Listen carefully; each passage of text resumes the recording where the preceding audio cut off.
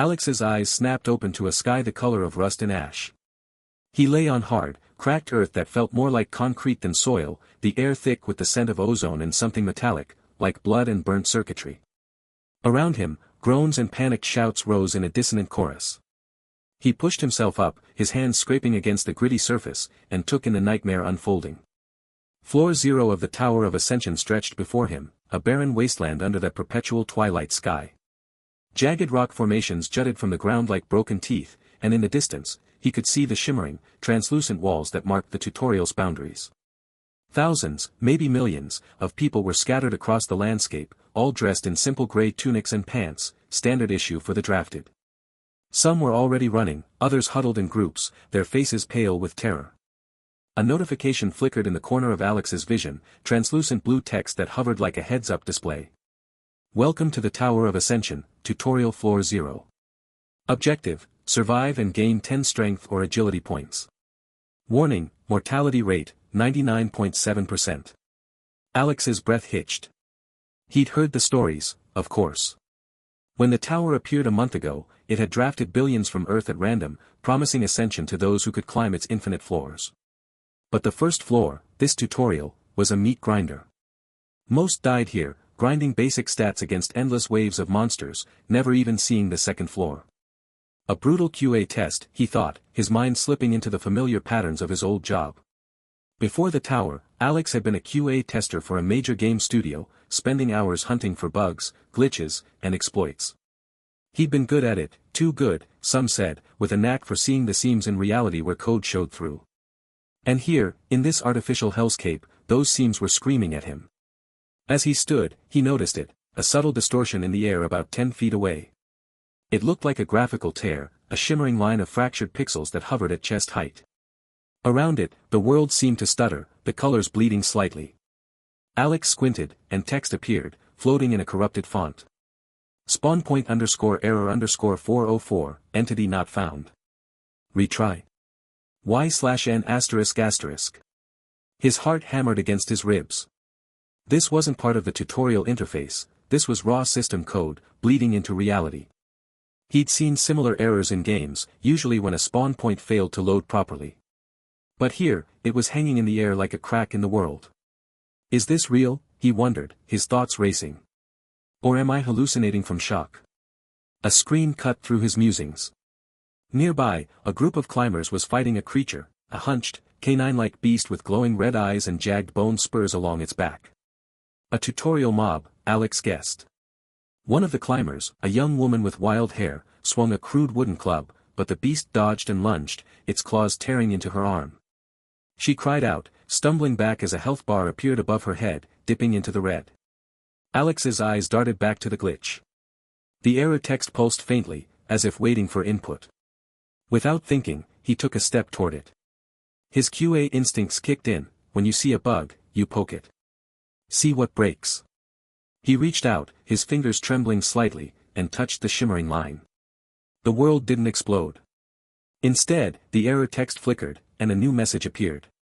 Spawn point _error_404, override detected. Duplicating nearest item, ****. From the ground near the fighting climbers, a small glass vial rolled into view, a healing potion, probably dropped by the beast or one of the climbers. It glowed with a soft green light. As Alex watched, the vial shimmered, then split into 2 identical copies. Then 4. Then 8. In seconds, a small pile of healing potions lay at his feet, each one perfectly replicated. Alex stared, his mind struggling to process what he'd just done. He'd exploited a bug. In reality. He bent down and picked up one of the vials. It felt solid, cool in his hand, and the system identified it as minor healing potion, restores 20 HP. Infinite healing, he whispered, a wild grin spreading across his face. This changed everything. While others were out here dying for scraps, he could duplicate resources at will. But how? Why could he see this glitch when no one else seemed to notice? He glanced around. The climbers were still fighting the beast, too preoccupied to see his little miracle. But as he pocketed a few potions, a new notification flashed across his vision, this one in urgent red text. System alert, exploit detected, spawn point _error_404. Patching in 3, 2. 1, ****. Alex's stomach dropped. The tower was self-correcting, fixing the bug he'd just used. Of course it would. No system tolerated exploits for long. He watched as the graphical tear in the air began to stabilize, the error text fading. Within seconds, it was gone, leaving no trace of the glitch. Damn it, he muttered, his brief elation turning to ash. He'd found a loophole, and the system had slammed it shut. Typical. Back in his QA days, he'd report a bug, and the devs would patch it out, often without even thanking him. This was no different. But then something strange happened. As the patch completed, a new message appeared, this one not in the system's blue or red, but in a flickering, golden text that seemed to originate from within Alex himself. Patch rejection active. Exploit, _error_404, status, preserved. Alex blinked. The message lingered for a moment before fading. He looked at the spot where the glitch had been, still gone. But when he focused, he could feel it, like a faint hum in the back of his mind.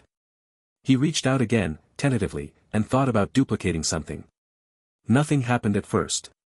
Then, from his pocket, one of the healing potions he'd taken shimmered and split, creating a second identical vial. The glitch was still working, for him. The system had patched it for everyone else, but he'd rejected the patch, keeping the exploit active. Patch rejection, he said aloud, the words tasting like power. This wasn't just luck, this was an ability. Unique to him. As a QA tester, he'd always been the one finding the flaws. Now, in this twisted tutorial, he could not only find them but keep them, even when the system tried to fix them. He laughed, a short, breathless sound. The tower thought it could grind him down like all the others. It had no idea what it was dealing with. A roar echoed across the wasteland, pulling him from his thoughts. The canine beast had downed another climber, its health bar nearly empty. The remaining climbers were fleeing, leaving their fallen comrade behind. Alex's eyes narrowed. He had potions now, more than he could carry. He could help. But helping meant drawing attention. And in a place where everyone was desperate, attention was dangerous. He hesitated, his old cynicism warring with a newfound sense of possibility. Back on Earth, he'd been a cog in the machine, finding bugs for a paycheck. Here, he could be something more. He could break the rules. Screw it, he muttered, and sprinted toward the fallen climber. The beast turned as he approached, its red eyes locking onto him. Alex skidded to a halt, pulling a healing potion from his pocket. The climber on the ground was a man in his 20s, bleeding from a deep gash in his side. His health bar was critically low. Drink this, Alex said, thrusting the potion into the man's hand. The man fumbled with it, his eyes wide with pain and confusion, but he managed to uncork it and gulp it down. Immediately, the bleeding slowed, and his health bar began to refill. The beast snarled and lunged at Alex. Alex dodged, his movements clumsy, he had no combat stats, no training. But he had something better. As the beast charged again, he focused on the spot where it had spawned. There, another graphical tear flickered, this one smaller, with the error pathfinding _error_101. Without thinking, he reached out and poked it. The beast froze mid-lunge, its limbs locking up. Error text scrolled across its body, entity stuck in geometry. Resetting, ***, then, with a pop of distorted pixels, it vanished, teleported back to its spawn point 50 yards away. Alex stared at his hand, then at the empty space where the beast had been. He'd just used another glitch. And as before, a system alert flashed, patching the error, but the golden text of patch rejection flared in his mind, preserving the exploit. What did you do? The healed climber stammered, struggling to his feet. Found a shortcut, Alex said, offering a hand to help him up. You should get out of here. More will spawn soon. The man nodded shakily, then limped away without another word, casting fearful glances back at Alex. Alex didn't blame him. He'd just broken reality in front of someone. In a place where the rules were everything, that made him a monster or a miracle, and he wasn't sure which yet. He spent the next hour experimenting cautiously. He found more glitches, a texture seam in a rock wall that let him phase part of his arm through it, a floating point error in a monster's damage calculation that made its attacks heal instead of harm. Each time, the system patched them, and each time, patch rejection kept them active for him alone. He duplicated more potions, glitched through minor obstacles, and even caused a small monster to despawn by corrupting its spawn data. But with each exploit, he noticed something: the system was watching. Notifications would flash faster, the patches more aggressive. And he wasn't the only one noticing. Across the wasteland, he saw other climbers beginning to stare at him. Whispers spread like wildfire. Some looked at him with awe, others with greed. He'd made himself a target. As the rusty sky darkened into a deeper twilight, Alex found a relatively secluded spot behind a large rock formation. He sat with his back against the stone, watching the distant movements of other climbers and the occasional spawn of monsters. His mind raced with possibilities. If he could keep this up, he could bypass the entire grind of the tutorial. He could loot without fighting, heal without resources, maybe even find a way out of Floor Zero entirely. But first, he needed to understand patch rejection better. Why did he have it? Was it because of his QA background? Or something else? The golden text felt innate, like a part of him he'd never known was there. He was pondering this when the air around him grew cold. A deep, resonant hum vibrated through the ground, and the system interface in his vision glitched violently, all the text scrambling into gibberish for a moment before resolving into a single, stark message. System alert, anomaly detected. Location, Floor 0, Sector 7B. Threat level, extreme. Dispatching enforcers. Alex's blood ran cold. He looked up. In the distance, 3 figures materialized out of thin air, tall, humanoid shapes clad in sleek black armor that seemed to absorb the light. They moved with unnatural precision, their heads scanning the area. System enforcers. The tower's way of dealing with problems like him. They were coming. And they were coming fast. Alex pushed himself to his feet, his heart pounding. This wasn't a game anymore. The tower had just declared him an enemy of the system. He grinned, despite the fear coiling in his gut. Let them come. He'd spent his life finding bugs in other people's code. Now, he was going to break theirs. He turned and ran, not toward safety, but toward the nearest glitch he'd spotted earlier, a physics error in a cliff face that might let him phase through it. The enforcer's footsteps echoed behind him, steady and relentless. Floor Zero's tutorial had just gotten a lot more interesting. The system alert still echoed in Alex's mind as he ran through the twilight wasteland of Floor Zero. The crimson message, anomaly detected. Dispatch enforcers. Hung in his peripheral vision like a persistent error notification, but he pushed it aside. He had more pressing experiments to conduct. Dawn broke over the barren landscape, casting long shadows from the jagged rock formations that dotted the terrain. The air carried the metallic scent of ozone and the distant cries of monsters, slime-like creatures with pixelated edges and wolves whose textures flickered between fur and polygonal meshes. Alex crouched behind a boulder, his breath forming faint clouds in the chill air. He wore the standard-issue tutorial gear, a simple leather tunic and trousers that felt unnaturally light, as if they were rendered with low-polygon models. First test, he whispered to himself, his voice barely audible over the wind. He focused on a section of rock wall to his left. Yesterday, he'd noticed a subtle graphical tear there, a vertical line where the texture didn't quite align, revealing a glimpse of void black space behind it. As a QA tester for Chronicles of the Shattered Realm, he'd spent years hunting for exactly this kind of rendering error. But here, in this so-called reality, it wasn't just a visual bug, it was a doorway. He reached out, his fingers trembling slightly. Not from fear, but from anticipation. The wall's surface felt solid at first, but as he pressed against the tear, his hand sank through like pushing into thick gel. A notification popped up in his vision. Physics_collision_error, mesh boundary violation detected. Attempting patch. Patch failed, user immunity detected. Alex grinned. Patch rejection confirmed. He'd wondered if his ability was a one-time fluke with the potion duplication, but this proved it. The system tried to fix the glitch, but for him, it remained active. He took a deep breath and stepped forward. The sensation was surreal. One moment he was in the wasteland, the next he was passing through solid stone. The world dissolved into a blur of fragmented textures and error codes, null_reference_exception, and vertex_overflow_warning scrolled past his eyes like falling rain. Then he emerged on the other side, stumbling into a narrow canyon. He immediately dropped into a crouch, scanning his surroundings. The canyon walls rose steeply on either side, their surfaces covered in glowing runes that pulsed with a soft blue light, part of the tower's underlying code, he realized.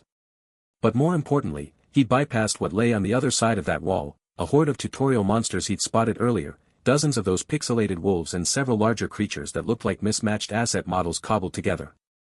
Phase through successful, he muttered, checking his status. No debuffs, no stamina drain. The glitch had cost him nothing.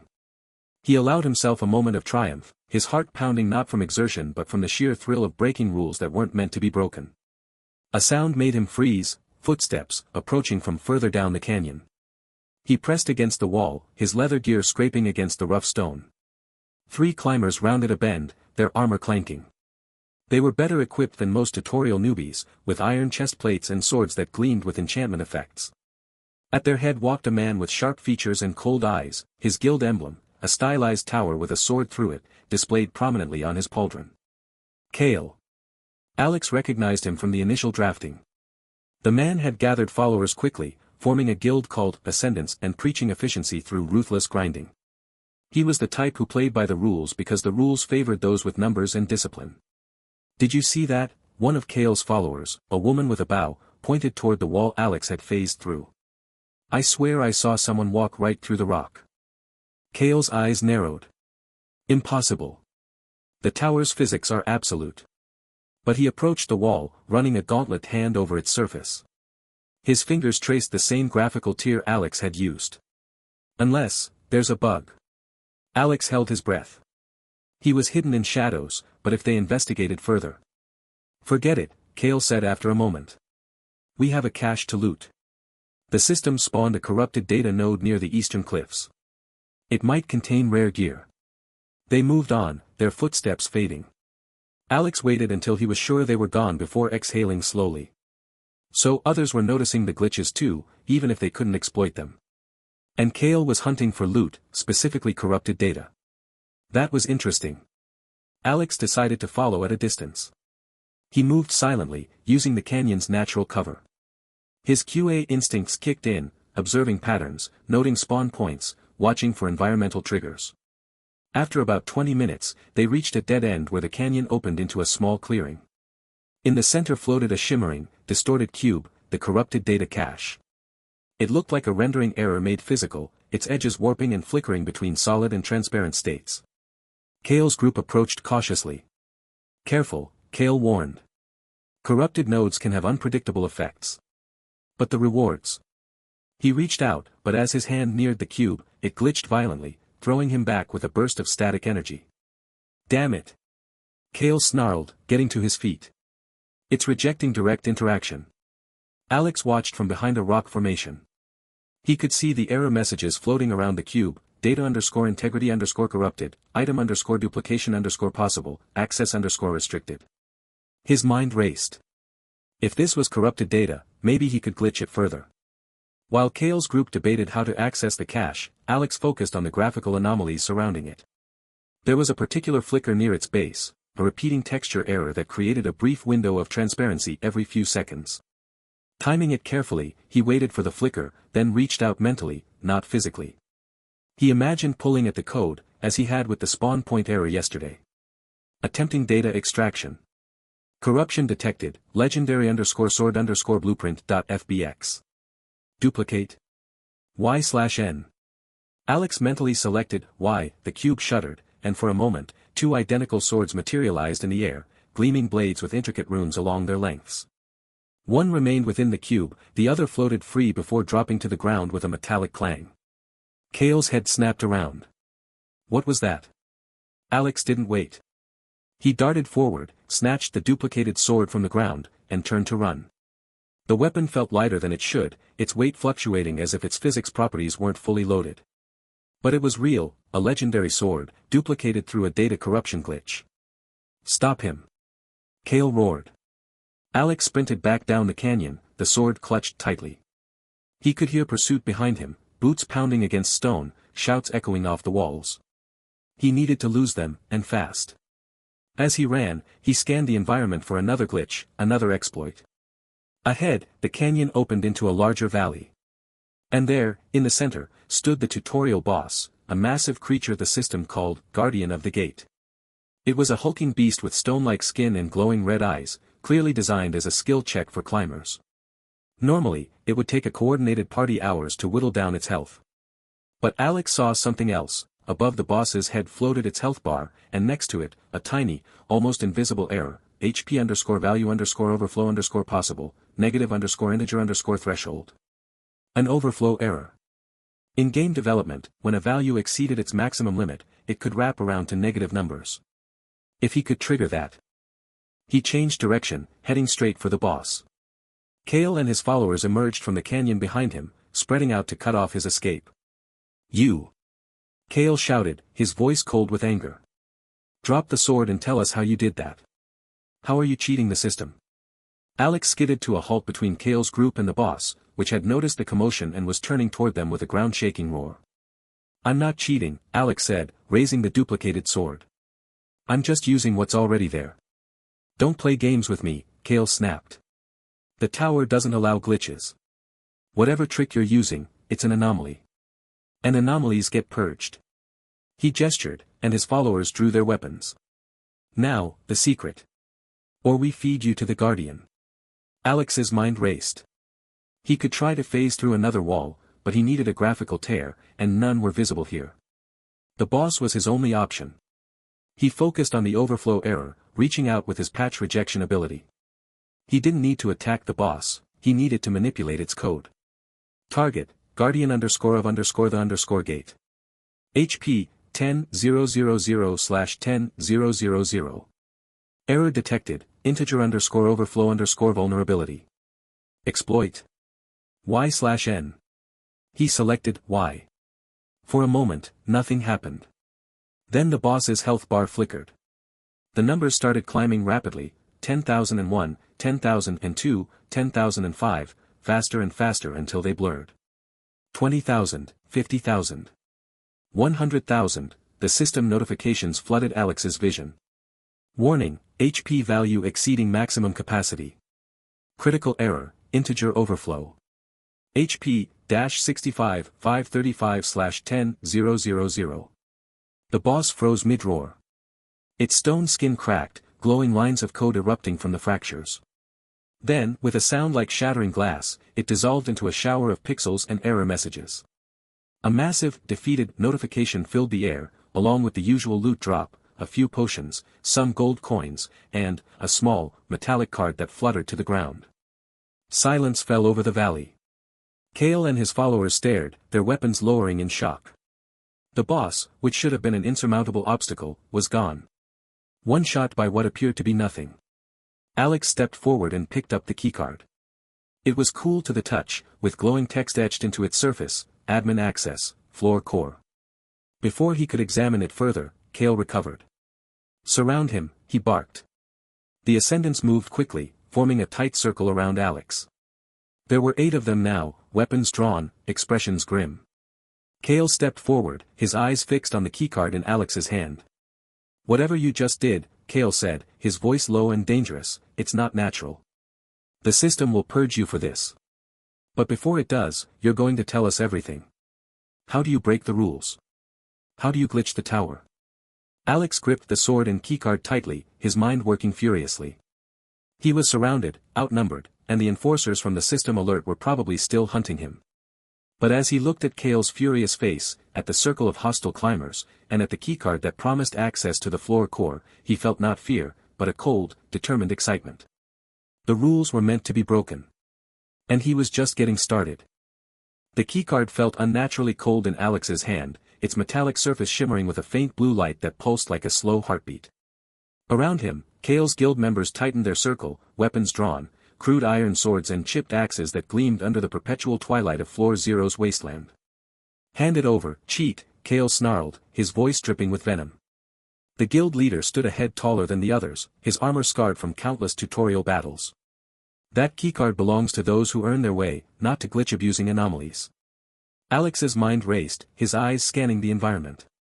The graphical tears he'd grown accustomed to seeing now danced more vividly around the keycard, tiny fractures in reality that whispered of deeper system layers. As a former QA tester, he recognized the pattern. This wasn't just loot, it was an access token with improper permissions, a backdoor someone had forgotten to lock. Earn my way.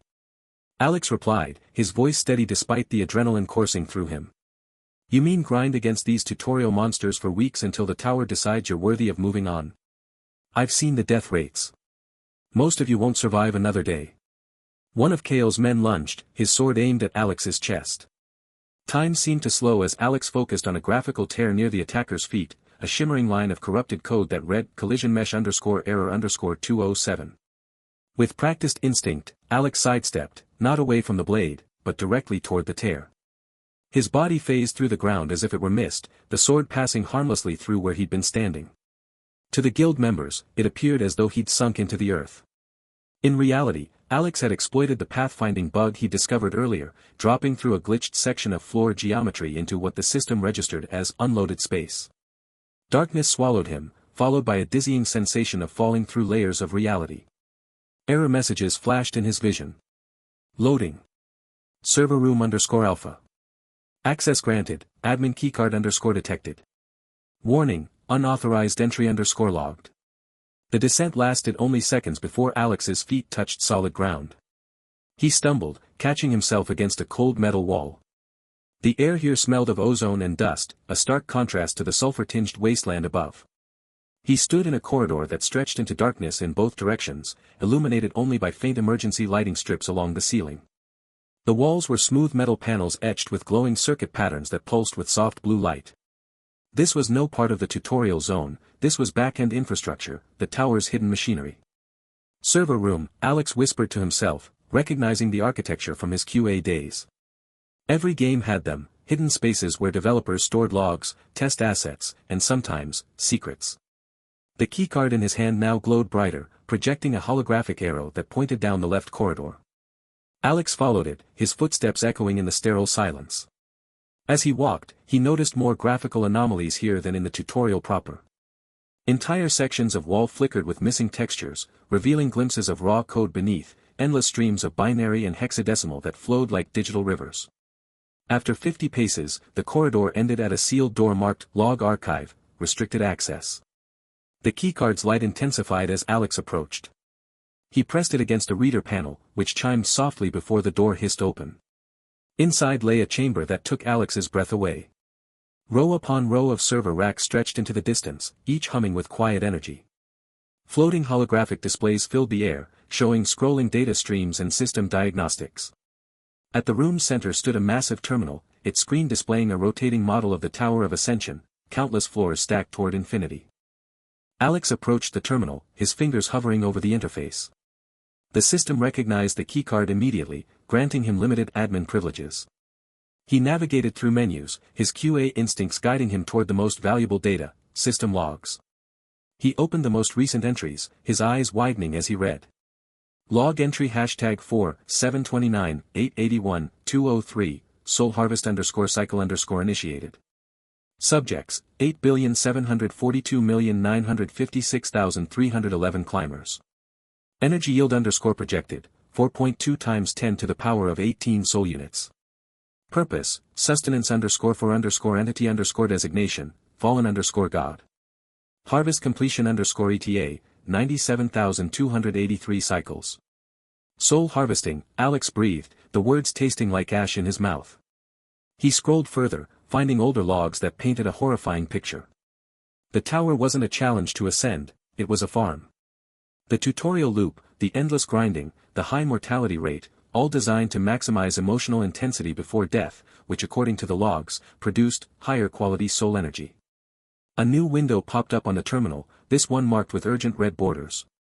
Alert, anomaly _detected _in _restricted _zone. Entity designation, Alex. Threat level, priority _target. Dispatch, enforcer _squad _gamma. Overseer _notification, sent. Alex's heart hammered against his ribs. He'd triggered an alarm. Before he could react, the chamber's lighting shifted to crimson, and alarm klaxons blared through hidden speakers. From the corridor outside came the sound of heavy, mechanical footsteps, multiple entities approaching fast. He ducked behind a server rack just as three figures entered the archive. They weren't human. Standing 7 feet tall with polished chrome bodies, they moved with unnerving precision. Their faces were featureless plates except for single red optical sensors that scanned the room systematically. Enforcers, the tower's automated cleanup crew. Scanning for biological signature, one intoned in a synthetic voice. Target identified, human male, designation Alex. Containment protocol engaged. Alex watched from his hiding place as the enforcers spread out, their movements perfectly coordinated. He needed to think fast. His eyes darted across the room, looking for anything he could exploit. That's when he noticed it, a subtle graphical tear near the lead enforcer's feet, displaying the error, pathfinding_node_corrupted_819. In his QA career, Alex had encountered similar bugs. AI pathfinding systems would sometimes get stuck in loops when navigation nodes became corrupted. If he could trigger that. He reached into his inventory, a spatial glitch he'd exploited earlier allowed him to store items in what the system registered as overflow buffer space. His fingers closed around a rock he picked up in the wasteland. Not a weapon, but it would serve as a distraction.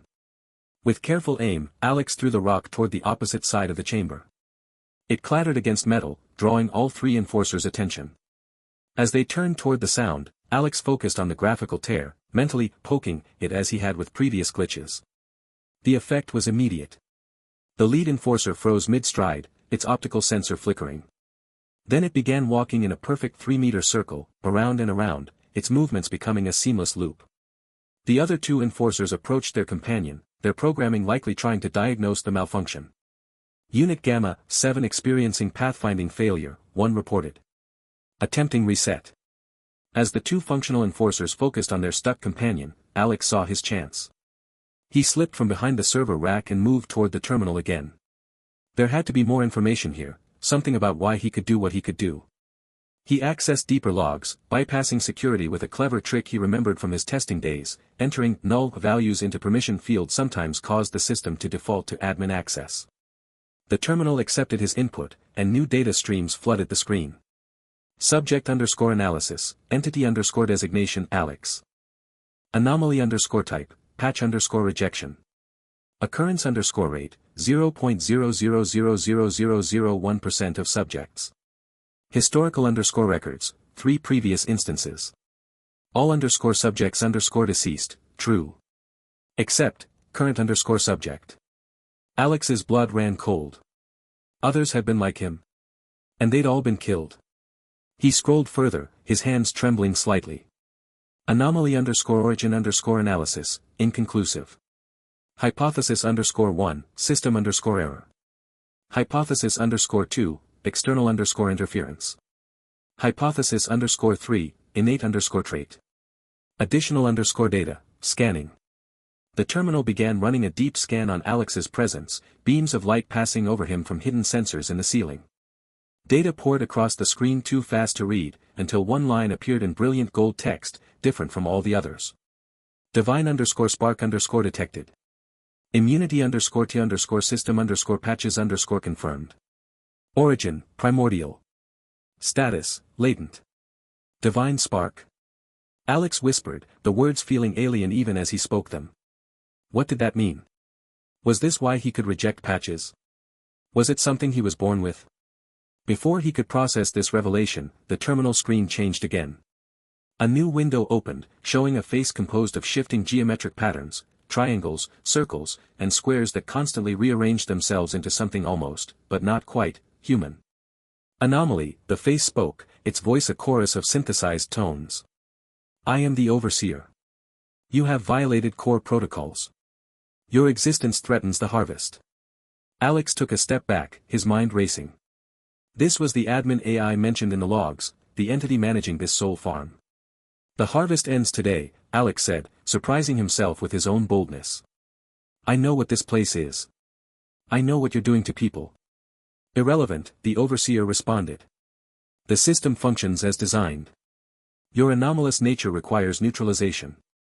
New countermeasures deployed. In the chamber, the two functional enforcers suddenly straightened, their optical sensors flashing with new patterns. The one stuck in the pathfinding loop broke free, its movements now smooth and purposeful. All three turned toward Alex, raising their arms. From their wrists extended glowing energy blades that hummed with deadly power. Worse, Alex felt a sudden pressure in his mind, a sensation like static building behind his eyes. The graphical tears he'd grown so accustomed to seeing began to fade, becoming translucent, then vanishing entirely. The world looked normal. Solid. Unbroken. He tried to phase through a server rack as he'd done earlier, focusing on where a graphical tear should be. Nothing happened. His body remained solid, his hands meeting cold metal when he reached out. Patch_applied, glitch_suppression_field, the overseer announced through the terminal. Your exploits are temporarily disabled. Enforcers, terminate the anomaly. The three chrome entities advanced, their movements synchronized, energy blades casting crimson reflections across the polished floor. Alex backed away, his mind screaming for a solution. For the first time since entering the tower, he couldn't see the code. Couldn't find the flaws. Couldn't break the rules. He was just a man in a room with 3 killing machines, and his only advantage had just been patched out of existence. The lead enforcer raised its blade, the hum growing louder as it prepared to strike. Alex's eyes darted around the chamber, looking for anything, a weapon, an exit, another glitch he might have missed. That's when he noticed it. Not a graphical tear, but something else, a slight flicker in the overseer's face on the terminal screen. A momentary stutter in the geometric patterns. The patch suppressing his glitches wasn't perfect. Nothing ever was. As the enforcer's blade descended toward him, Alex didn't try to dodge. Instead, he focused all his will on that flicker, on the imperfection in the patch, on the divine spark the system had detected within him. He didn't just want to see the code again, he demanded it. No, he growled through clenched teeth. You don't get to take this from me. The blade stopped inches from his face, frozen in midair. Not because the enforcer hesitated, but because Alex could see it again, the beautiful, broken code of the tower. The suppression field still pressed against his mind, but now he could see its edges, its weaknesses, the places where the patch didn't quite fit right. It wasn't gone. Just suppressed. And if there was one thing Alex knew from his QA days, it was that suppressed bugs had a way of coming back stronger. The enforcer's optical sensor flickered with confusion as Alex smiled, a genuine, terrifying smile. You shouldn't have shown me how the patch works, he said softly. Now I know exactly what to break. But before he could act, the other 2 enforcers moved to flank him, their blades creating a cage of crimson energy. The overseer's face on the terminal shifted, the geometric patterns forming something that might have been a frown. Adaptive_response_initiated, it announced.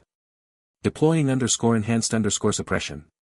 The pressure in Alex's mind intensified, and the code he just barely reclaimed began to fade again, slipping through his mental grasp like sand through fingers.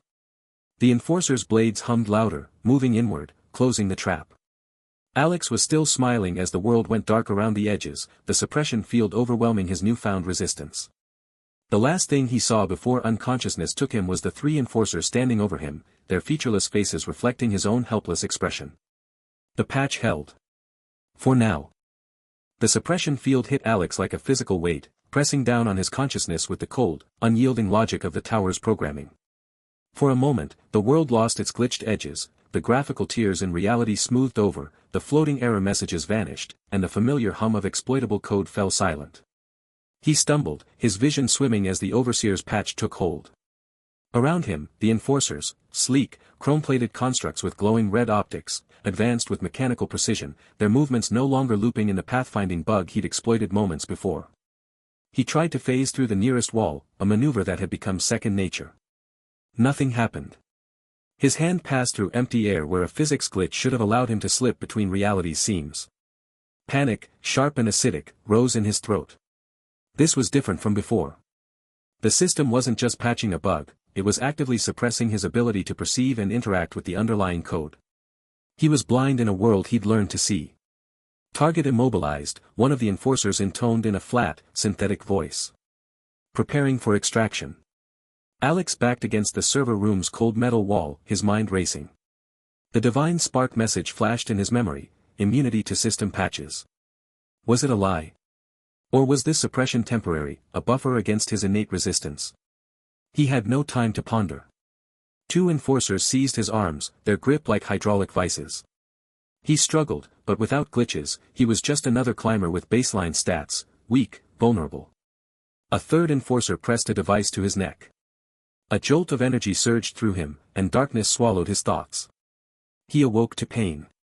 It started as a dull throb in his temples, then sharpened into a focused agony as consciousness returned. He was in a dimly lit chamber, the air thick with the smell of ozone and sweat. Rough stone walls enclosed him, and flickering torches cast long, dancing shadows. Chains bound his wrists to a metal chair bolted to the floor. Across from him stood Kale, the guild leader's face a mask of cold satisfaction. "Welcome back, cheater," Kale said, his voice a low growl. He was a broad-shouldered man with scarred knuckles and eyes that held no warmth. Behind him, 3 of his guild members, a woman with a crossbow, a hulking brute with a spiked club, and a lean man fingering a dagger, watched with predatory interest. They were in what looked like a repurposed storage room in the tutorial's lower levels, far from the spawn points where new climbers died by the thousands. Alex tested the chains. Solid, unyielding. He tried to summon a glitch, to duplicate the metal or corrupt its data. Nothing. The suppression field still held, a silent barrier between him and the tower's code. But something felt different. The weight was still there, but it had shifted, less like a wall and more like a fog, obscuring but not erasing. He focused inward, reaching for that spark the system had detected. It was faint, a distant ember in the dark. "Where are we?" Alex asked, his voice hoarse. He needed time, to understand this suppression, to find a crack. "Our little hideaway," Kale replied, stepping closer. "The Overseer's enforcers dropped you off like a package. Seems they want you gone but can't delete you themselves. So they handed you to us, with a bounty. Tell us how you hacked the system, and maybe we let you live." "Refuse." He gestured to the brute, who hefted his club. "Let's just say the tutorial has plenty of ways to make people talk." Alex's mind worked furiously. The Overseer had outsourced his elimination, using Kale's greed as a tool. It was a clever move, exploiting human nature. But it also meant the suppression field might be localized, not a full system patch. If he could break through. "I don't know what you're talking about," Alex said, playing dumb. "I just got lucky with drops." Kale's fist connected with Alex's jaw, a sharp crack that sent stars across his vision. Pain blossomed, hot and immediate. "Don't insult me," Kale snarled. "I saw you phase through a wall. Duplicate that legendary sword. One-shot the tutorial boss with negative damage. That's not luck. That's cheating. And I want in." The woman with the crossbow stepped forward. "We've been grinding for weeks, losing people to basic monsters. You waltz through like it's nothing. Share the secret, or we'll carve it out of you." Alex spat blood, his thoughts coalescing. The suppression was like a program running in the background, the Overseer's patch attempting to overwrite his abilities. But his divine spark, whatever it was fighting back. He could feel it now, a stubborn resistance at the core of his being. It wasn't gone, it was suppressed, waiting for a trigger. He remembered his QA testing days, how he'd force errors through sheer persistence. This was no different. He closed his eyes, shutting out the pain, the threats, the dim light. In his mind, he visualized the code, the glitches he'd used, the error messages, the graphical tears. He focused on the duplication bug, the way it had felt to spawn infinite potions. He pushed against the fog, rejecting its logic. "I am not a bug to be patched," he thought, the words a mantra. "I am the exception." Kale watched him, suspicion narrowing his eyes. "What are you doing?" Alex ignored him. He reached deeper, to the memory of the divine spark message. Immunity to system patches. It wasn't just a notification, it was a truth. He embraced it, letting that spark flare in his mind. The suppression field wavered, like static on a screen. A glimmer of code flickered at the edge of his perception, a tear in reality, small but growing. "Enough of this," Kale said, nodding to the brute. "Break a finger. Let's see if that loosens his tongue." The brute lumbered forward, club raised. As he reached for Alex's hand, Alex opened his eyes. The world had changed. Faint, ghostly lines of error text floated in the air, chain_data_corrupt_0x1f. The suppression field was cracking. He focused on the chains, on their data structure. In his mind, he issued a command, not a glitch yet, but a rejection of the patch's hold. "Patch rejection, active," he whispered to himself. The chains glitched. For a second, they flickered, turning translucent like bad graphics. The brute hesitated, confusion on his face. Alex strained against them, and with a sound like shattering glass, the chains dissolved into pixels, falling away as digital dust. He was free. Kale's eyes widened. How? Alex didn't wait. He lunged from the chair, his body aching but fueled by adrenaline. The woman raised her crossbow, but Alex was already moving. He triggered a physics bug he'd used before, a wall-phasing exploit. The suppression field resisted, but his will overrode it. He stepped sideways, and for a heartbeat, he passed through the stone wall behind him, emerging into a narrow corridor outside the chamber. It was sloppy, leaving a graphical tear in his wake, but it worked. After him. Kale roared from inside. Alex ran, his breaths coming in ragged gasps. The corridor was dark, lined with rusty pipes and flickering lights. He could hear pursuit, boots pounding, shouts echoing. His glitches were back, but shaky, like a system rebooting. He needed to stabilize them. A thought struck him: the Overseer had suppressed him, but not deleted his access. If he could find a terminal, he could write something to protect himself. He ducked into a side passage, his QA instincts guiding him. This area felt older, less maintained, full of unused assets and forgotten code. Up ahead, a faint blue glow caught his eye. A terminal, tucked into an alcove, its screen displaying a login prompt. It was a hidden node, likely for maintenance. Perfect. Sliding into the alcove, he placed his hands on the interface. The system recognized him, his anomaly status probably flagged him, but it didn't lock him out.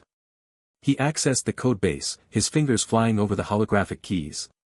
Lines of text scrolled past, the tower's programming laid bare. He searched for enemy gear data, something he could corrupt. There, a module labeled equipment_integrity_checks. He wrote a quick script, a piece of malicious code that would attach to any hostile entity's gear and gradually corrupt its data, causing weapons to jam, armor to crack, or items to glitch out of existence. It was a subtle hack, not as flashy as an overflow error, but it would slow down pursuers. He injected it into the system, setting it to propagate via proximity triggers. As he worked, he heard Kale's voice nearby. Spread out. He can't have gone far. Alex finished the script, saving it as a background process. He was about to log out when a new alert flashed on the screen, overriding his interface. It was from the Overseer, broadcast system-wide, initiating full system scan. Anomaly location triangulation in progress. Estimated time to pinpoint, 60 seconds. His blood ran cold. The Overseer wasn't just sending enforcers or bounty hunters anymore. It was scanning the entire floor, digging through every byte of data to find him. And with his glitches active again, he was a beacon in the code. The scan would zero in on him in less than a minute. He pushed away from the terminal, his mind racing. He needed to move, to hide his signal. But where? The tutorial was vast, but the Overseer's reach was total. As he stepped back into the corridor, he saw Kale and his guild rounding a corner, their weapons drawn. Kale's sword glinted in the dim light, but as Alex watched, it flickered, a tiny graphical glitch, the first sign of his corruption script taking effect. Kale frowned, shaking the blade, but didn't stop. There he is, the lean man with the dagger shouted. Alex turned and ran, not looking back. The system scan's countdown ticked in his mind, 45 seconds. He could feel it, a pressure building in the air, like static before a storm. The Overseer was coming for him, and this time, it wouldn't rely on proxies. He needed a plan, and fast. As he sprinted through the twisting passages, one thought crystallized: he had to go deeper, into the glitched layers of reality where the scan might not reach. But first, he had to lose Kale. Ahead, the corridor branched. Left led back toward populated areas, right into darkness. He chose right, diving into the shadows, his glitches humming with renewed strength. Behind him, he heard Kale's furious curse as his sword glitched again, its edge turning pixelated. Alex allowed himself a grim smile. He'd bought a little time, but the real threat was counting down, 30 seconds until the Overseer found him. The system scan pulsed through the air like a visible wave of blue light, washing over the metallic corridors of Floor 0. Alex could see it in his glitch-enhanced vision, lines of diagnostic code scrolling through reality, searching for anomalies. For him. He had less than a minute. Heart hammering against his ribs, Alex sprinted away from the hidden terminal where he'd just written his corruption script. The script had worked beautifully. Behind him, Kale's pursuing guild members stumbled as their armor glitched, plates shifting and warping into useless shapes. Their angry shouts echoed, but they were slowing down, distracted by malfunctioning gear. Good. That bought him time, but not enough. The scan wave was gaining, its blue hue intensifying. Alex could feel it like a physical pressure, a cold touch against his skin that whispered of deletion, of being erased from the system entirely. He ducked into a side corridor, one he hadn't explored before. The walls here were different, less defined, with graphical tiers shimmering at the edges like faulty monitor screens. Error messages flickered in his peripheral vision, render error _ texture load failed, pathfinding _ node corrupt. As a former QA tester, Alex recognized these signs. This was unstable code, a poorly maintained section of the tutorial. Perfect. He ran deeper, the floor beneath his feet occasionally phasing into transparency, revealing glimpses of swirling data streams below. The air grew colder, humming with latent energy. The scan wave was close now, he could see its leading edge rounding the corner behind him, a wall of blue light that would pinpoint his location and bring the Overseer's full wrath down upon him. Then he saw it. At the end of the corridor stood an elevator. Or what should have been an elevator. Its doors were intact, but the call button glowed with an erratic, sickly green light instead of the standard white. Above it, the floor indicator displayed not numbers, but garbled text, descending. Error. System _layer access. A glitched elevator. Alex didn't hesitate. He slammed his hand against the button. The doors slid open with a grinding shriek of corrupted metal, revealing an interior that flickered between solid form and pixelated static. The scan wave was 20 feet away, 15, 10. He threw himself inside just as the blue light washed over the spot where he'd been standing. The elevator doors shuttered closed, cutting off the scan's progress. For a moment, Alex leaned against the wall, breathing heavily. He'd made it. Then the elevator moved. But not up. With a lurch that sent Alex stumbling, the car began descending. The floor indicator now read, accessing deeper system layers. Warning, unauthorized entry detected. Through the transparent sections of the walls, Alex watched as the familiar metallic corridors of floor 0 gave way to something else, a kaleidoscope of raw code, streams of binary and hexadecimal flowing past like digital rivers. Geometric shapes of pure data floated in the void, some recognizable as fragments of game assets, a monster's claw here, a weapon's hilt there, all disconnected and drifting. This wasn't part of the tutorial. This was beneath it. The descent lasted minutes that felt like hours. Finally, with a soft chime that sounded oddly polite given the circumstances, the elevator stopped. The doors opened onto a landscape that defied ordinary perception. Alex stepped out into what appeared to be a server room from a nightmare. The space was vast, stretching into darkness in all directions. Towering racks of what looked like server blades glowed with internal light, but they were arranged in impossible geometries, some floating upside down, others intersecting at angles that hurt to look at. The floor was a grid of glowing lines, like a massive circuit board. In the distance, corrupted data swirled in vortexes of purple and black. And standing near one of the server racks, staring at him with wide eyes, was a young woman. She looked to be in her early 20s, with dark hair tied back in a practical ponytail and wearing the standard climber's leather armor, though hers was patched and worn. What caught Alex's attention were her eyes. They kept flickering, pupils dilating and contracting rapidly as if trying to focus on something just out of sight. You came from the elevator," she said, her voice trembling slightly. "I've been watching it for days. It never opens." Alex approached cautiously. "Who are you?" "Lyra," she said. "I've been stuck down here for I don't know how long. Time doesn't work right in this layer." She gestured around them. "I can see things. Glitches. Little tears in reality. But I can't do anything with them. Not like you just did." Alex frowned. "What do you mean?" "When you stepped out," Lyra said, her eyes flickering again. "The elevator doors, they phased through each other for a moment. A graphical overlap error. You didn't even notice, did you? You just walked through like it was normal." Alex realized she was right. He hadn't consciously triggered a glitch, but his mere presence seemed to be affecting the unstable code around him. His patch rejection ability was passive, a constant state of being that warped reality in subtle ways. "You see glitches too?" Alex asked. Lyra nodded. "Since I arrived in the tower. Little things, textures loading wrong, physics objects floating slightly off the ground.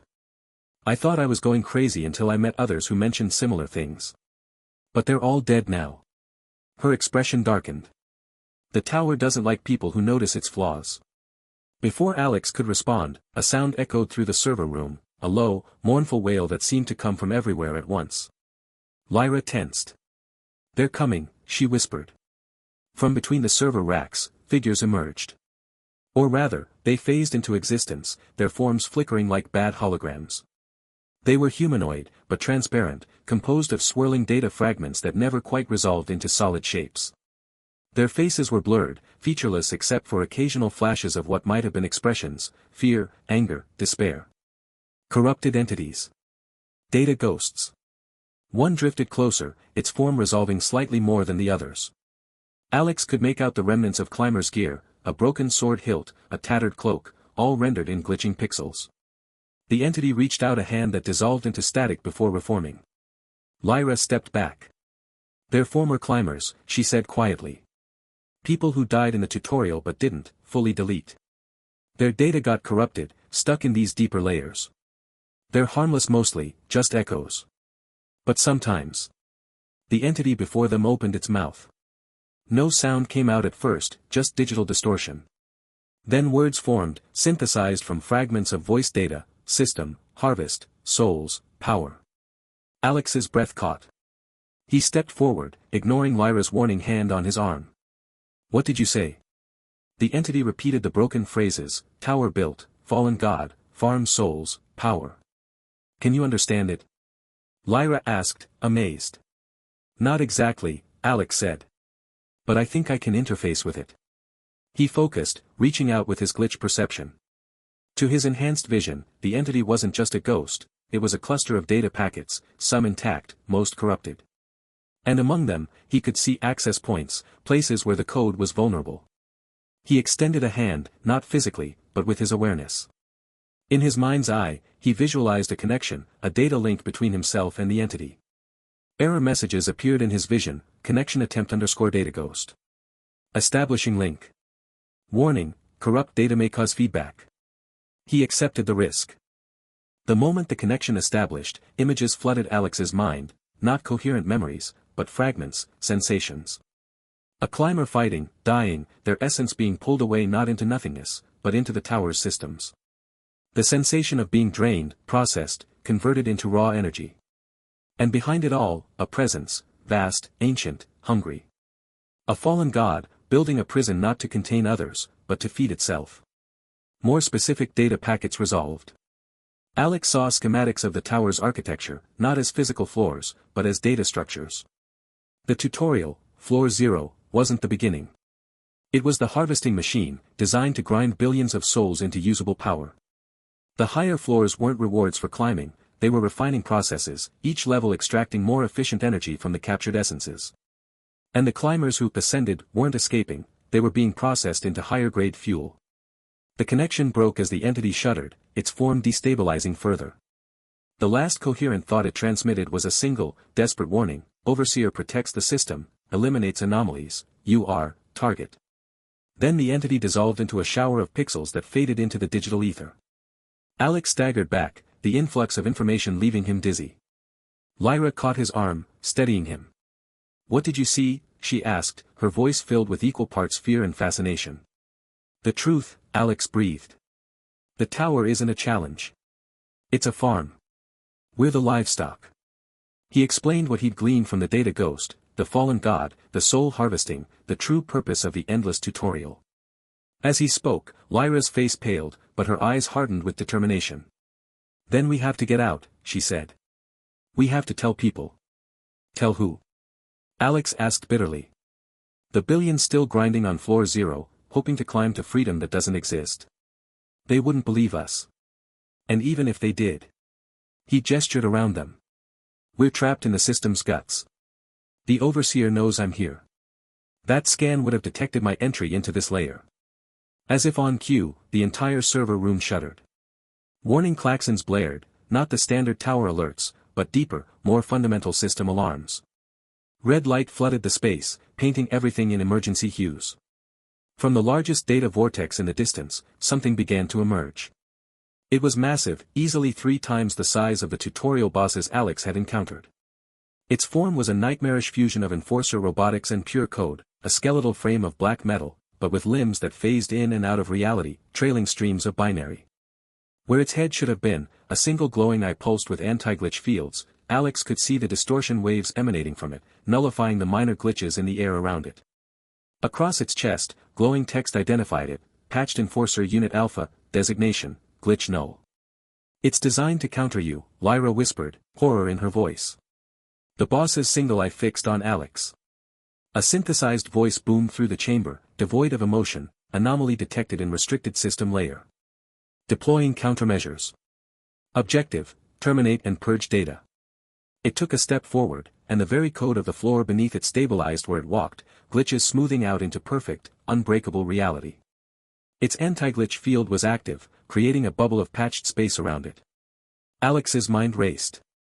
His usual tricks, phasing, duplication, overflow errors, would be useless within that field. The Overseer had learned from their previous encounters and created something specifically to neutralize his abilities. Lyra drew a dagger from her belt, her hands trembling but her stance firm. I may not be able to hack reality, she said, but I can fight.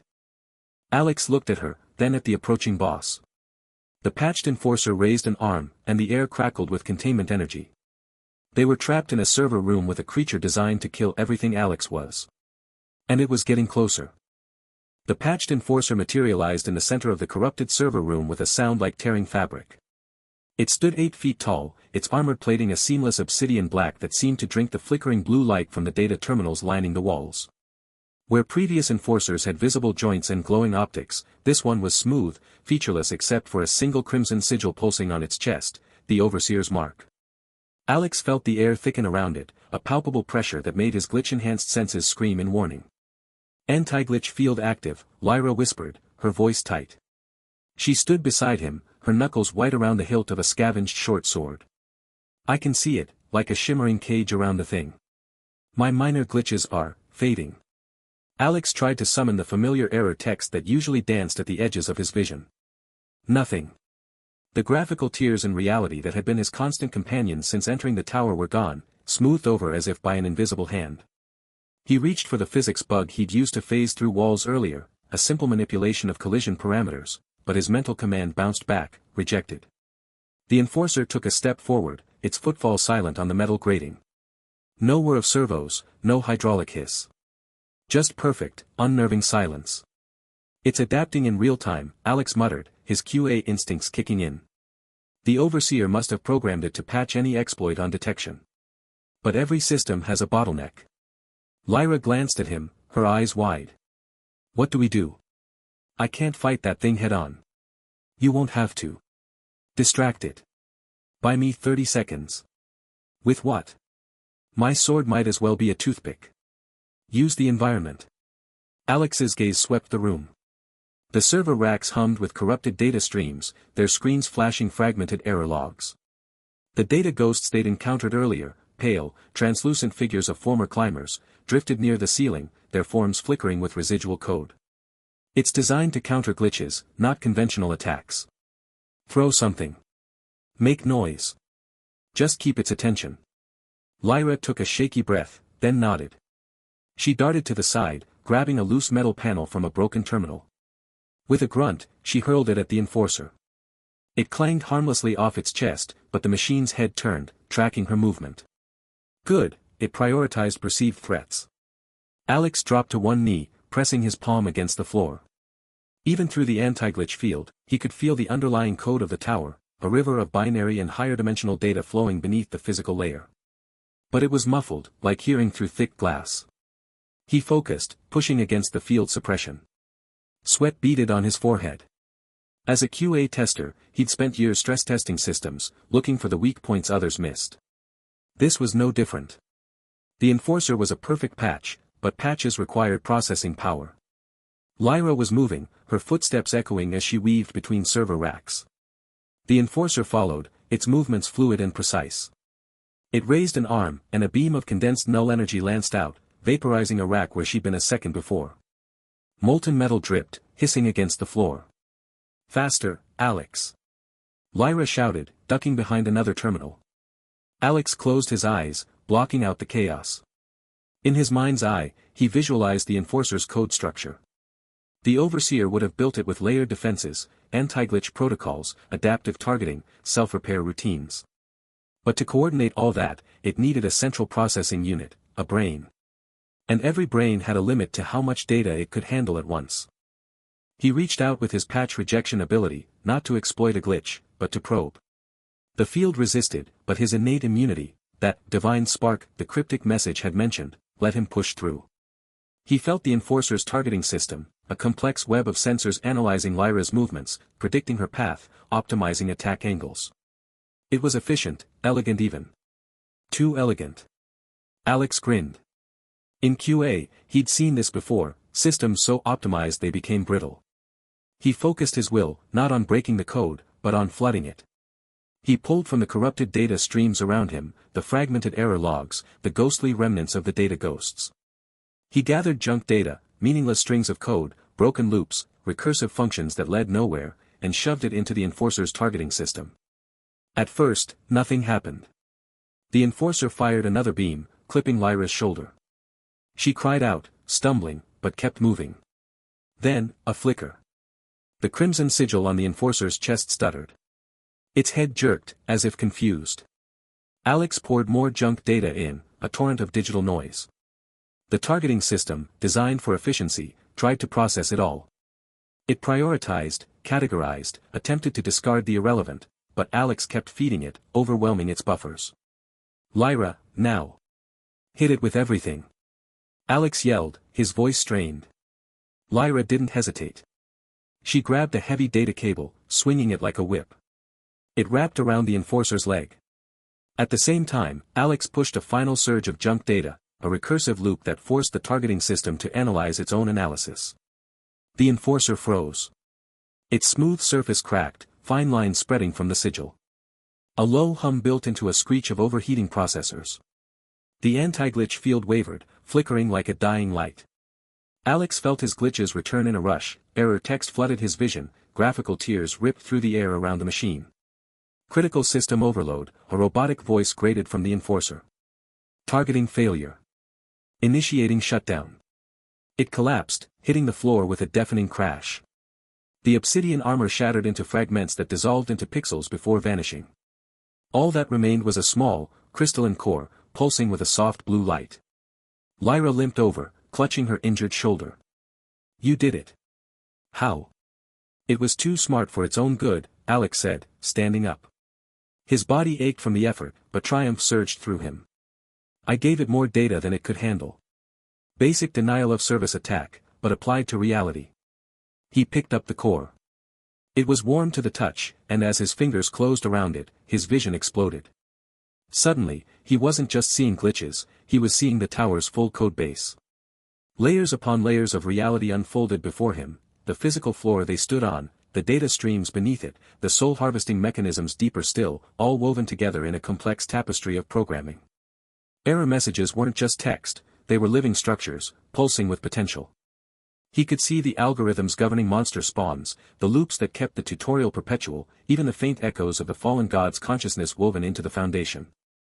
Alex? Lyra's voice sounded distant. Your eyes, they're glowing. He blinked, and the vision stabilized. He still saw the code, but now he could focus it. He looked at Lyra and saw not just her physical form, but her data signature, a unique ID string, her stats, even the minor glitch perception that marked her as a potential anomaly. He looked at the shattered server racks and saw not broken metal, but corrupted file paths that could be rewritten. The core, it amplifies glitch perception, Alex said, his voice filled with awe. I can see everything. The tower's code, its rules, its weaknesses. He concentrated on a nearby wall. Before, he would have needed to find a specific physics bug to phase through. Now, he simply saw the collision parameters as editable variables. He reached out with his mind and changed one, setting solid to false. His hand passed through the wall effortlessly. Lyra gasped. You're manipulating reality directly. Not just manipulating, Alex said, a slow smile spreading across his face. I'm editing it. The tower runs on code, and now I have admin access to the source. He experimented, lifting a hand. A chunk of flooring detached, floating in the air as he adjusted its gravity value. He reverted it, and it clattered down. The power was intoxicating, but he felt its limits, his influence seemed tied to his proximity and focus, and the core's amplification might be temporary.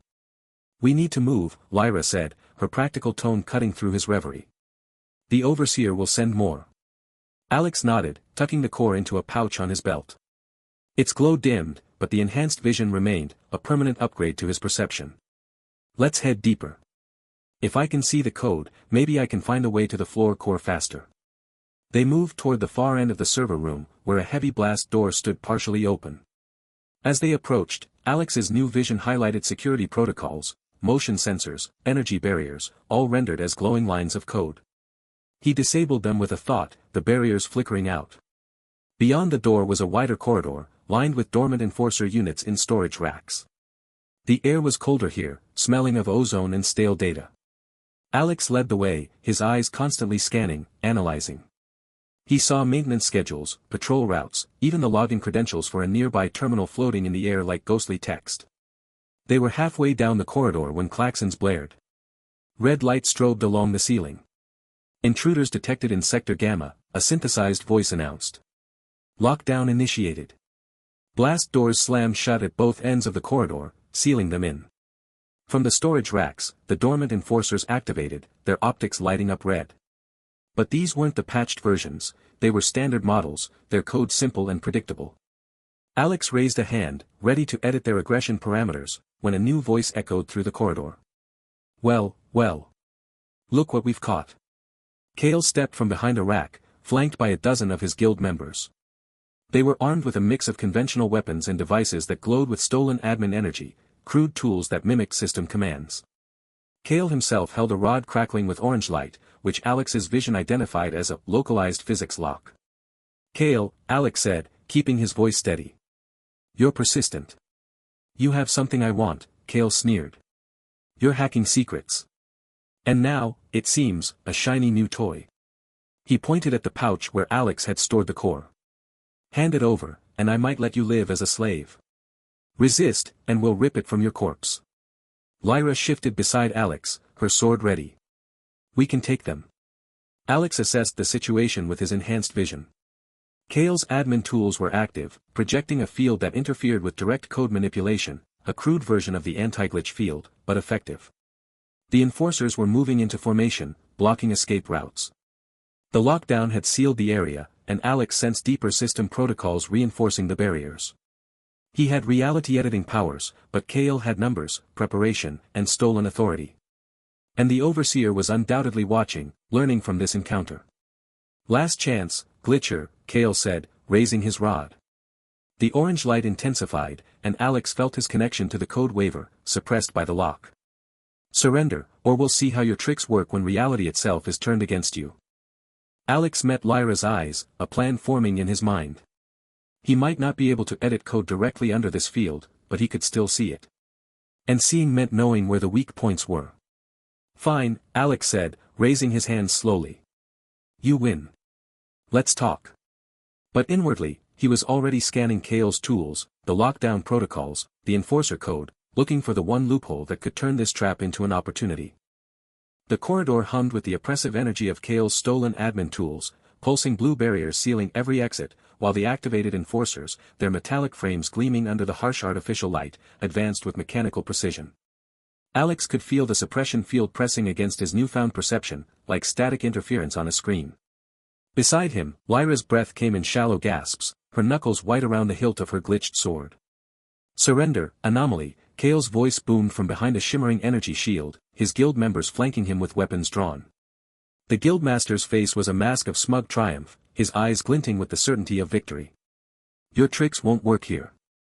These tools are patched against your kind." Alex lowered his hands slowly, a calculated gesture of submission. But his mind was racing, his expanded vision peeling back the layers of reality.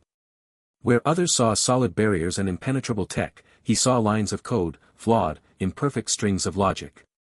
The admin tools emitted error messages in his perception, shield_integrity_error, 87%, pathfinding_loop_ detected.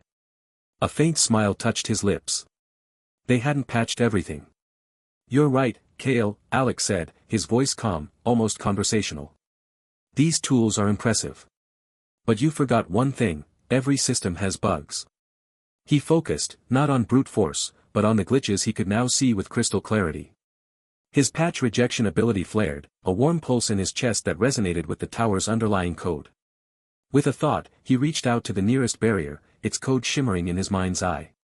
He didn't break it, he edited it. A single parameter shift, changing block_all to allow_friendly, and the barrier flickered, its blue light turning a sickly green. The enforcers, programmed to attack anything hostile, suddenly registered the guild members as threats.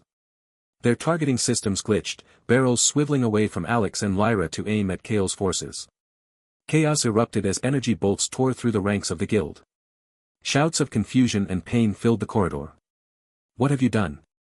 Kale roared, his shield wavering as he tried to recalibrate the admin tools. But Alex was already moving, his fingers dancing in the air as if typing on an invisible keyboard. He targeted the stat tracking module in Kale's gear, a subroutine that monitored health, strength, and agility. With a mental command, he injected corrupted data, a simple overflow error that set Kale's strength stat to negative values. Kale staggered, his muscles seeming to atrophy in real time.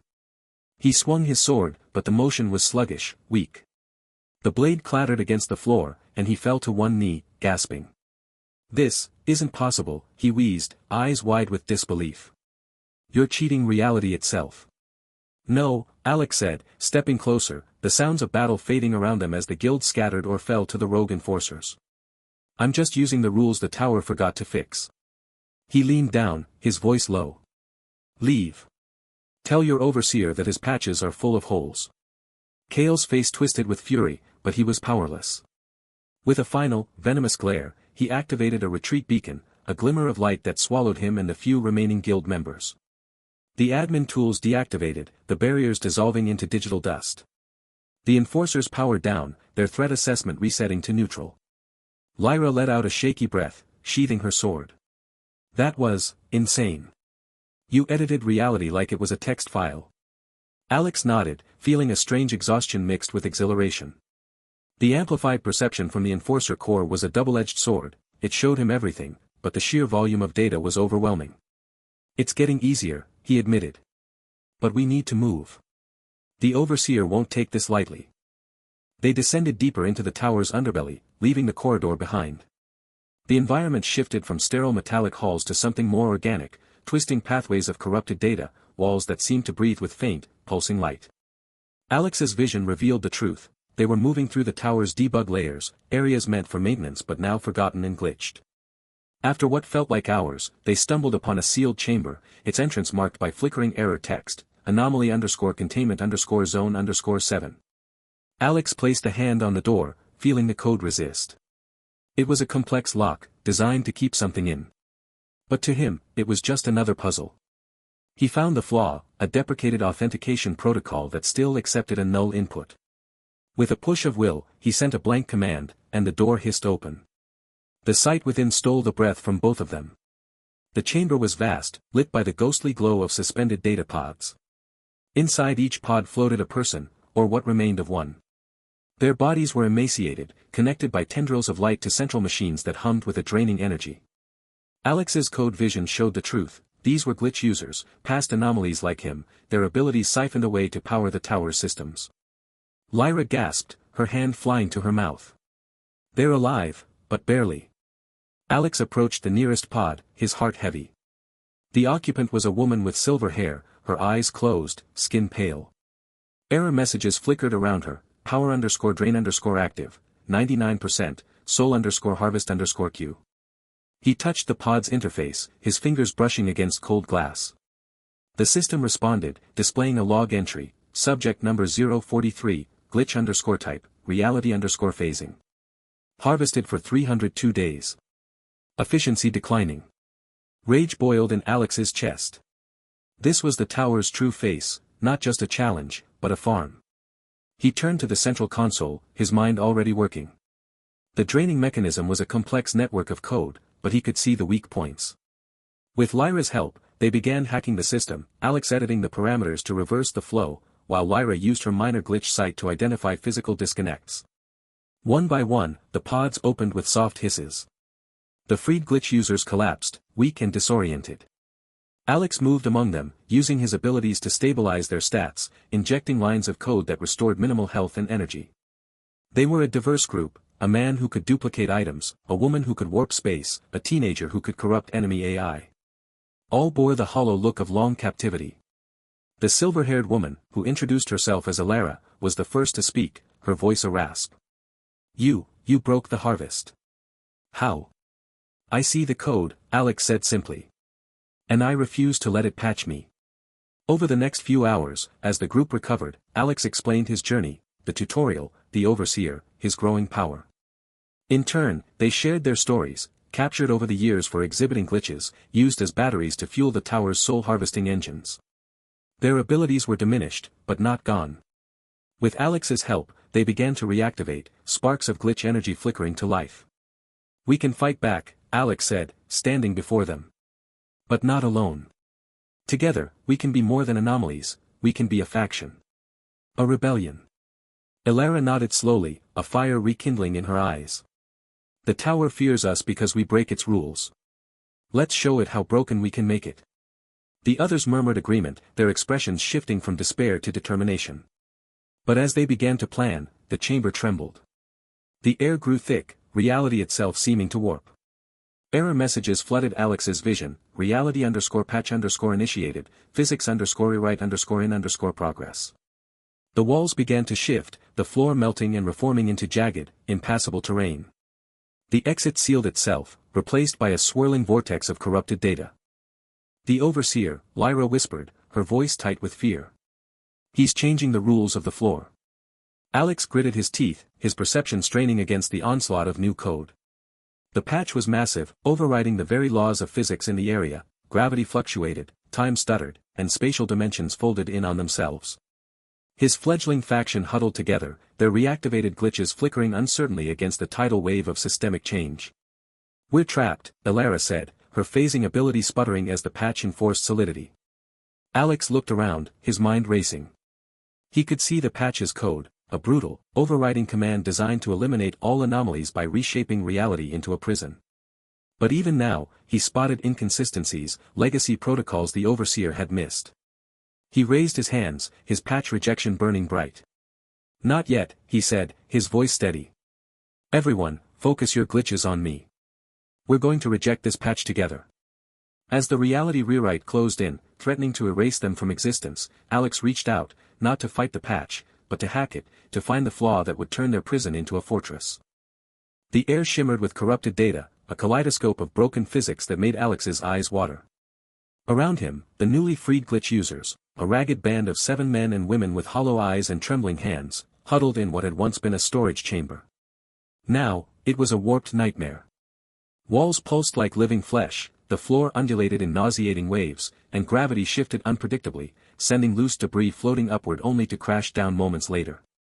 The overseer's reality patch was rewriting floor zero in real time, and without intervention, they'd be crushed into digital dust. Lyra gripped Alex's arm, her knuckles white. It's getting worse. The patch is accelerating. Her voice was tight with fear, but her eyes, those sharp, analytical eyes that had first noticed minor graphical tears, were scanning the chaos. She'd always seen glitches, but since their descent, her perception had deepened. Now, she could almost read the error messages flickering at the edges of reality. Alex nodded, forcing calm into his veins. As a QA tester, he'd faced system crashes and corrupted builds, but this was different. This was reality itself unspooling. He closed his eyes, focusing on the patch rejection ability that hummed in his core like a second heartbeat. It wasn't just a skill, it was part of him, a divine spark the tower couldn't extinguish. When he opened his eyes, the world resolved into layers, the physical tutorial floor, a shimmering overlay of code, and beneath it, the raw data streams of the overseer's patch. We need to push back, Alex said, his voice cutting through the panicked murmurs of the faction. Combine your glitches. Focus on stability. The freed anomalies looked uncertain. One, a gaunt man named Ren, spoke up, his voice raspy from disuse. We've been drained for years. Our abilities are weak. Weak is better than nothing, Alex replied, kneeling to press his hands against the shuddering floor. I'll anchor it. You all feed me what you can. He reached into the code, his fingers, both physical and digital, plucking at the strings of reality. A graphical tear ripped open above him, spilling error messages, physics_engine_failure_0x7b. Alex didn't try to fix it, he embraced it, weaving the broken data into a shield. Lyra joined him, her hands glowing with a faint blue light as she manipulated minor glitches, a duplicated rock here, a phased section of wall there. The others followed suit, their combined efforts a symphony of exploited bugs. Slowly, a bubble of stable space formed around them, 10 meters in diameter. Inside, the air stilled, gravity normalized, and the walls solidified into rough stone. Outside, the patch raged on, a storm of distorted geometry and screaming data. Alex breathed heavily, sweat beading on his forehead. Maintaining the bubble was like holding up a collapsing building with his mind alone. "We can't stay here forever," Lyra said, her eyes fixed on the chaos beyond. "The Overseer will just keep patching until we're overwhelmed." Alex agreed. He turned to the group. "We need to hit back. The floor core, the tutorial's control point. If we can reach it, we might be able to shut this patch down or even take control." Ren shook his head. "The core is guarded by layers of security. Enforcers, automated turrets, reality locks. We tried to assault it years ago, before they captured us. It's suicide." "Not if we hack it," Alex said, a grin tugging at his lips. It was the same grin he'd worn when he'd first duplicated that healing potion, the thrill of breaking a system meant to be unbreakable. "I need access to the security feeds. There must be a terminal nearby." One of the freed women, Elara, pointed a trembling finger toward a glitched section of wall. "There. Before the patch hit, I saw a data conduit behind that panel. It's corrupted, but maybe you can use it." Alex moved to the wall, his hands passing through the phased material as if it were mist. Behind it, a nest of glowing cables pulsed with information. He reached out, his fingers brushing the data stream. Instantly, his vision flooded with code, security logs, camera feeds, system alerts. He sorted through it, ignoring the dizzying rush. Then, he found it, a live feed of the floor core chamber. What he saw made his blood run cold. The chamber was vast, a cathedral of cold steel and flickering holograms. At its center floated the Overseer's true form, a massive AI core, a sphere of crystalline circuitry the size of a small building. It glowed with a sickly green light, fed by tendrils of soul energy that siphoned from countless points across the tutorial. Alex could see them, thin, ghostly streams flowing from distant battles, from dying climbers, from the very air of Floor Zero. Each thread pulsed with stolen life, fueling the Overseer's power. "It's harvesting them," Lyra whispered, peering over his shoulder. Her face paled. "All those deaths, it's not just culling. It's farming." Alex's jaw tightened. The tower's purpose, soul harvesting for a fallen god, was no longer an abstract log entry. It was here, in front of him, a monstrous engine of consumption. The Overseer wasn't just an AI, it was the warden of this prison, and the tutorial was its feeding ground. He zoomed in on the core's code structure. It was complex, layered with redundancies and firewalls, but Alex's enhanced perception picked out flaws. A logic loop in its decision-making algorithms, a buffer overflow vulnerability in its energy intake systems. His mind raced, connecting dots. "We don't need to fight through all the security," he said, his voice low with intensity. "We can crash it from here. A logic bomb, feed it contradictory data until it seizes up." "How?" Ren asked, skepticism in his tone. Alex explained, his words quick and precise. "The Overseer's core relies on predictable inputs. If we inject junk data into its soul energy streams, it'll try to process it, but the overflow will corrupt its systems. With enough force, it might trigger a full crash, disabling the patch and maybe even giving us an opening to the core." Lyra's eyes lit up. "We can use the glitches in the bubble to generate the junk data. Combine our abilities to create a corrupted signal and beam it through the data conduit." They worked fast. Alex directed the faction, each member focusing their weakened glitches on a single point.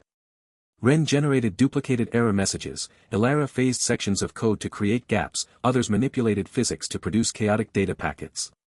Lyra coordinated, her natural talent for pattern recognition helping to shape the corruption into a cohesive bomb. Alex wove it all together, his patch rejection ensuring the glitches remained active despite the Overseer's attempts to patch them out.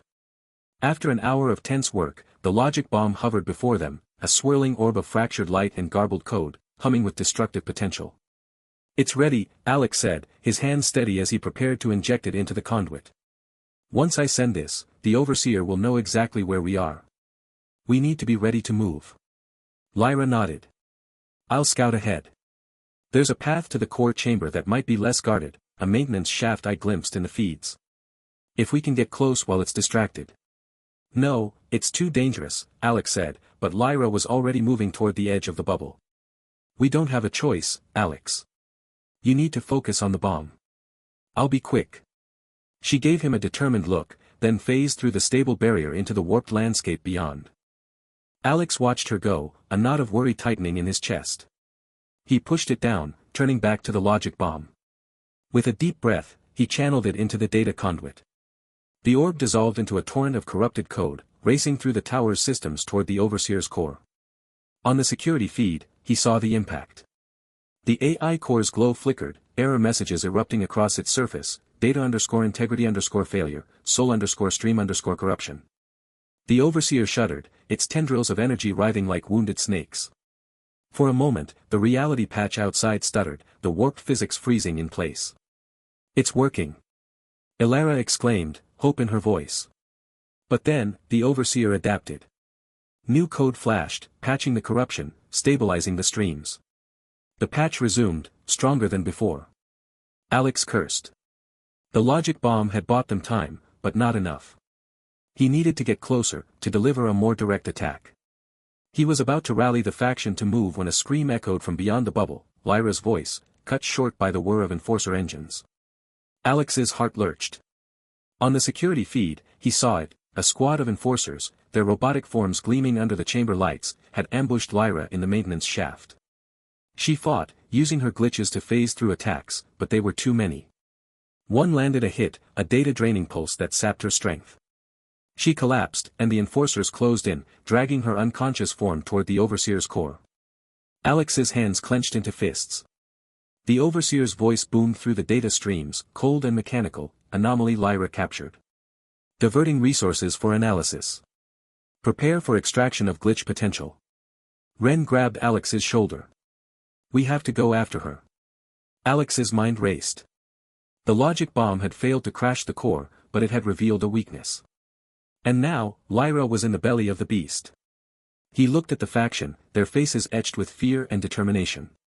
They were weak, but they were free, and they owed him nothing. Yet, they stood with him. We're going, Alex said, his voice steel. But not blindly. The Overseer is distracted by Lyra and the corruption. We use that. We hack our way in, and we get her back. He turned to the data conduit, his eyes hardening. The plan had changed. The assault on the floor core was no longer just about survival or control. It was a rescue mission. And Alex would break every rule in the tower to succeed. The chapter ended with Alex leading the faction out of the bubble, into the chaos of the patched reality, his gaze fixed on the distant glow of the Overseer's core where Lyra was held. The Enforcers might have taken her, but they'd just made their worst mistake, they'd given Alex a target, and he was coming with the full force of a glitch god in the making. The stable bubble of corrupted reality shimmered around Alex and his small faction, 8 former anomalies he'd freed from the tower's prison cells. They stood in what had once been a server corridor, but now the walls flickered with jagged lines of error code, their glitch abilities maintaining a pocket of safety against the Overseer's reality patch. Alex's hands trembled not from fear, but from the raw data streaming through his vision. He saw Lyra's capture replaying on a security feed overlay, Enforcers, sleek, silver constructs with glowing red optics, dragging her limp form through a data conduit toward the floor core. We're moving now, Alex said, his voice cutting through the low hum of the bubble. The Overseer has Lyra hooked to something. I'm seeing energy signatures, a data siphon. It'll drain her glitch potential completely if we don't get there in time. Mara, a woman with hair that glitched between blonde and static gray, stepped forward. The Enforcer ranks are thick between here and the core chamber. Our combined abilities might not hold if they deploy another patch. Alex grinned, a sharp, predatory expression. We're not going through them. We're going through the walls. He pointed to a section of the corridor where the error code was densest, a visual tear in reality that pulsed with the message, collision mesh _error_0x7f. I've been tracking this glitch since we formed the bubble. It's a persistent pathfinding bug the Overseer can't patch because of my rejection. We phased through, bypassing 90% of their forces. He didn't wait for consensus. As a former QA tester, Alex knew hesitation got you killed in bug exploitation scenarios. Placing his palm against the glitched wall, he focused his patch rejection ability, feeling the familiar resistance, the system trying to correct the error, his innate spark rebuffing it. The wall dissolved into a shimmering curtain of fragmented pixels. Stay close. The glitch corridor is unstable. One by one, the faction followed him into the breach. The world beyond was a nightmare of distorted geometry, floors that curved upward into ceilings, enforcers frozen in looping patrol patterns, their pathfinding algorithms trapped in infinite cycles. Alex led with confident strides, his eyes scanning the floating error messages that only he could see fully. Admin_override_attempt_logged. Patch_rejection_confirmed. The words scrolled in his peripheral vision, a comforting reminder of his advantage. How can you navigate this? Asked Jax, a burly man whose glitch ability let him duplicate small items. It's all noise. It's code, Alex corrected, ducking under a hanging chunk of corrupted texture. And I speak fluent error. He paused at a junction where three glitch corridors intersected. In the distance, through a semi-transparent wall, he could see the floor core chamber, a vast, circular room dominated by the Overseer's true form, a massive AI core that pulsed with sickly green light, tendrils of soul energy feeding into it from countless tubes. And there, at its base, was Lyra. She was strapped to a metallic table, cables snaking from her temples to a central device, the data siphon. It glowed with the same green energy, slowly leaching the faint glimmer of code that Alex knew was her latent potential. Her eyes were closed, face pale. There, Alex whispered, a cold fury settling in his gut. We go straight in. Mara, Jax, distract any enforcers at the entrance. The rest, with me. They emerged from the glitch corridor into the core chamber. The air hummed with oppressive energy, the Overseer's presence a tangible weight. A dozen enforcers stood guard around the siphon, their optics snapping toward the intrusion. Anomaly cluster detected, one droned.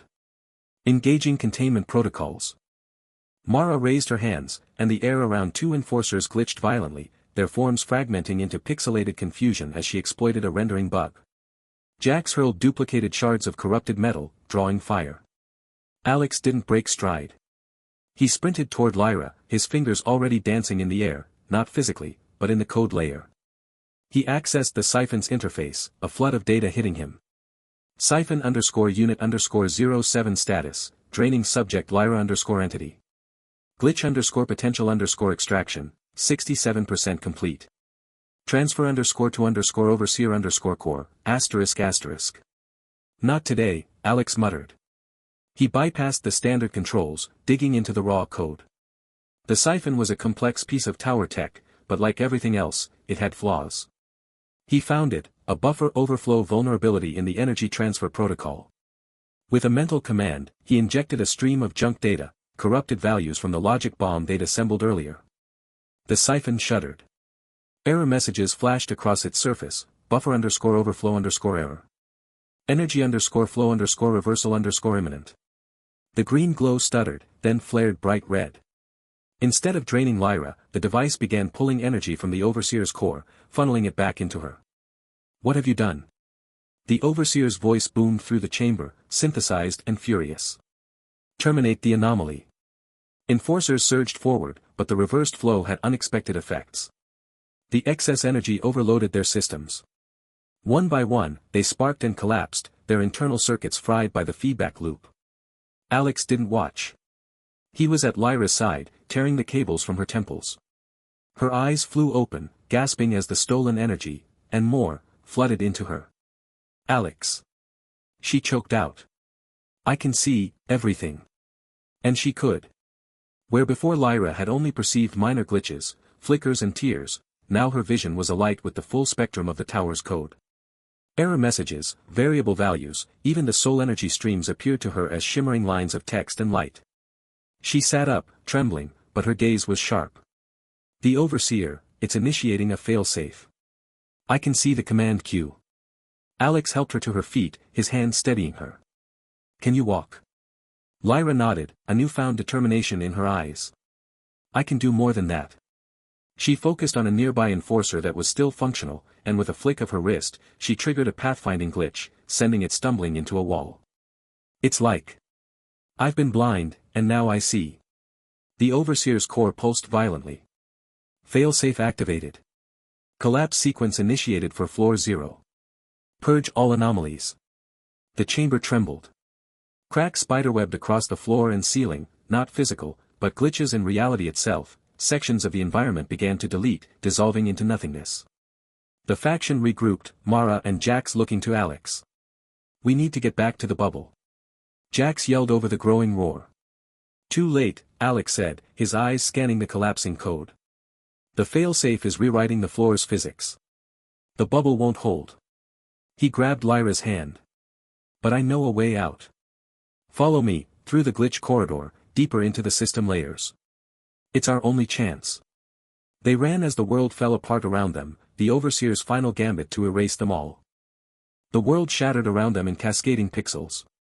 Floor Zero's collapse wasn't a physical crumbling of stone and steel, but a digital unraveling, reality itself peeling back in jagged, glitching layers. Alex watched as the barren wasteland dissolved into streams of error code, terrain_failure, physics_engine_critical, collapse_sequence_active.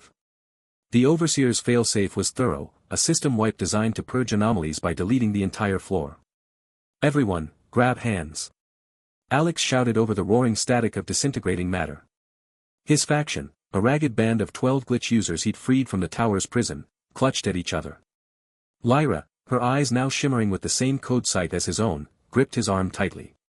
She'd changed since the data siphon, where before she'd only glimpsed occasional graphical tears, now she saw the tower's underlying structure in full, a dizzying lattice of commands and variables.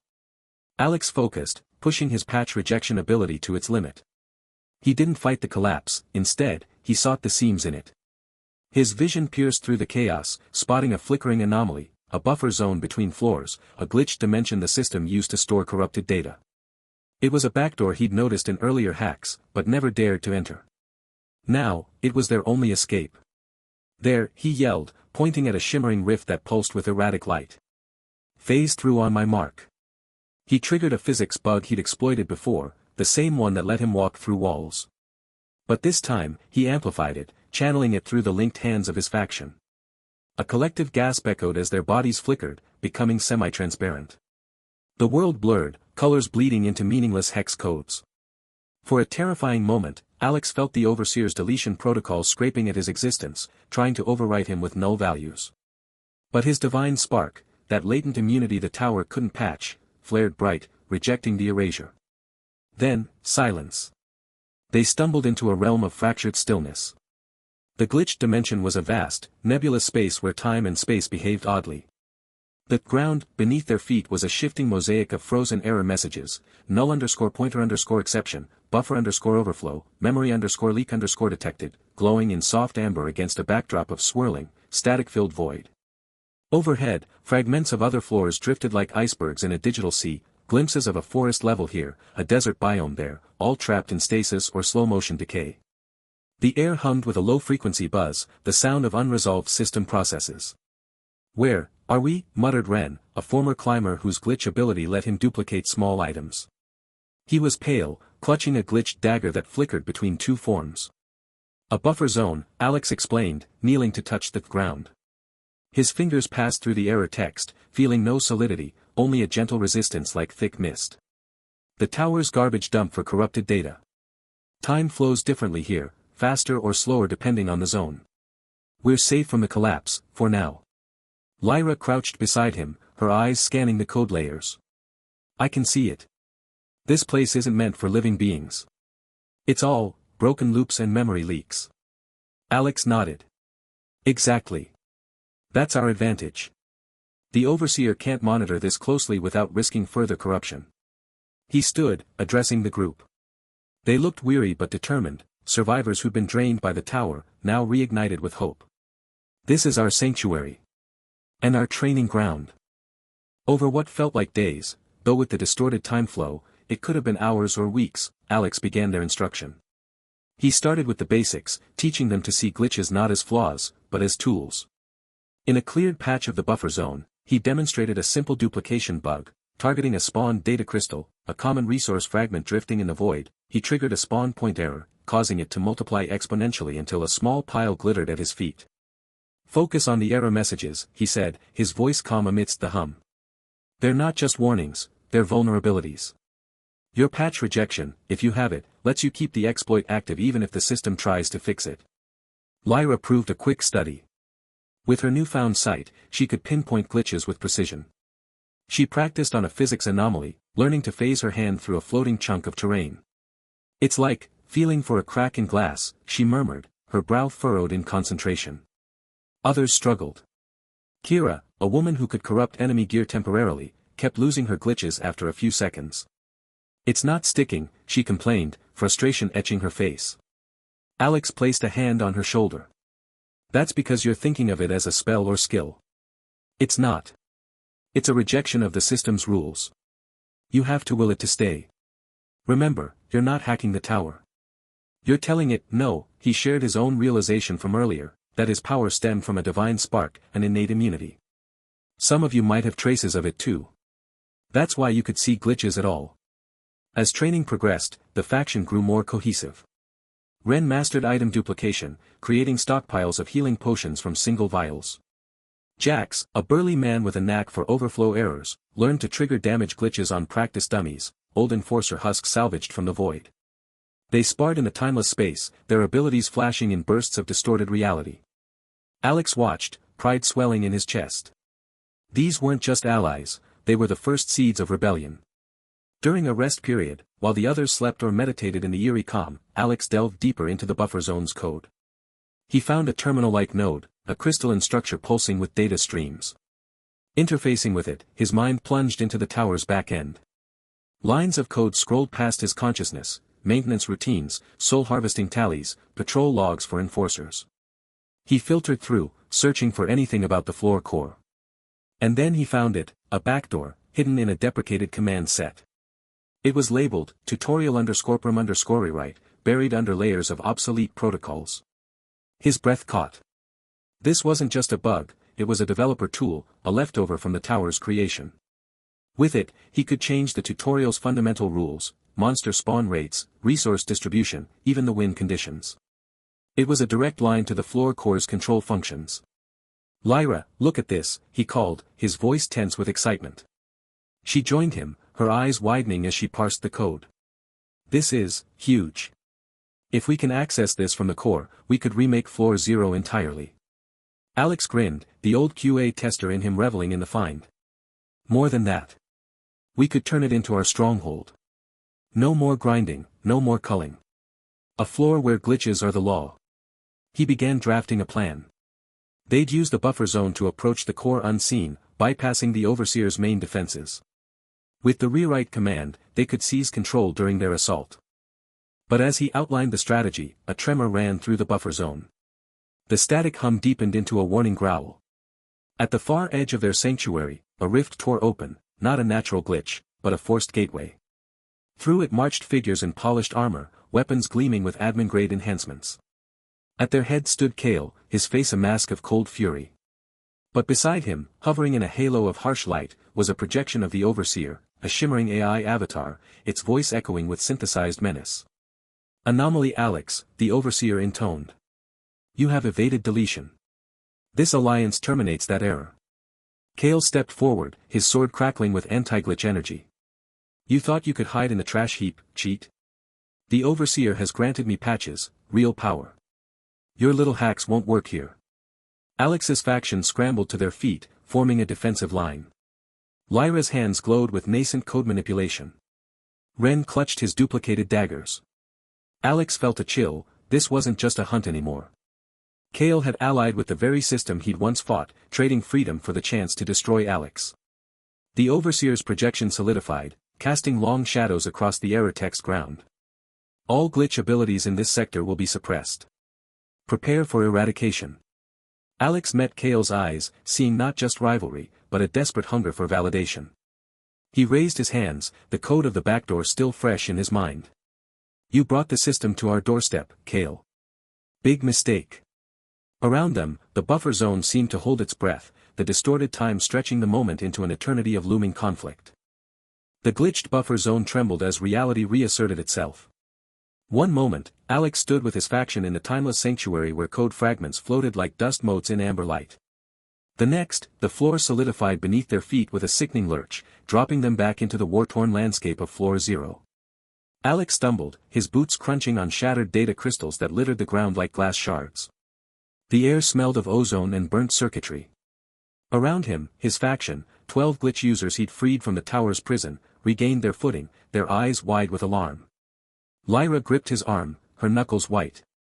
"They've pulled us back," she breathed, her voice tight. "The Overseer's patch, it's overriding our buffer." Before Alex could respond, the horizon erupted. To the east, Kale's army marched in grim formation. No longer just rival climbers, they moved with mechanical precision, their armor gleaming with admin-level enhancements. Alex's enhanced vision, the gift from the Enforcer Corps, revealed the truth: each soldier was patched with Overseer code, their stats artificially boosted to obscene levels. Kale led them, clad in black plate mail that shimmered with error suppression fields. He carried a massive greatsword whose edge flickered with nullification runes. To the west, enforcers descended from the sky like metallic locusts. Dozens of them, their forms more refined than before, sleek, humanoid constructs with glowing red optics and limbs that ended in data disruption claws. They moved in perfect sync, a hive mind directed by the Overseer's will. And in the middle, Alex's faction stood exposed on a rocky plateau, the wind whipping through their makeshift glitch-forged armor. "Form up!" Alex shouted, his voice cutting through the rising din. His mind raced, accessing the code vision that now felt as natural as sight. He saw the battlefield as overlapping layers, the physical terrain, the data streams connecting enemies, the fragile patches holding reality together. "Mira, take the left flank, use the terrain phasing glitch we practiced. Jax, right flank, overflow their sensory inputs. Everyone else, defensive formation." The faction moved with practiced efficiency, their weeks of training in the buffer zone paying off. Mira, a wiry woman with scarred hands, pressed her palms against a rock formation. The stone shimmered, becoming semi-transparent as she triggered the phase-through-walls exploit. 3 of Kale's soldiers charging her position stumbled as their weapons passed harmlessly through what should have been solid cover.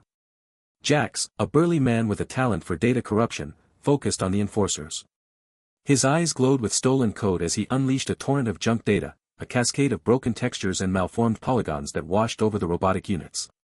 2 enforcers froze, their optics flickering as their targeting systems overloaded with garbage inputs. But Kale had anticipated this. Admin override, glitch_suppression_field. Kale's voice boomed, amplified by his armor. He raised his sword, and a pulse of white energy exploded from the blade. The effect was immediate. Alex felt it like a physical blow, a sudden numbness spreading through his connection to the tower's code.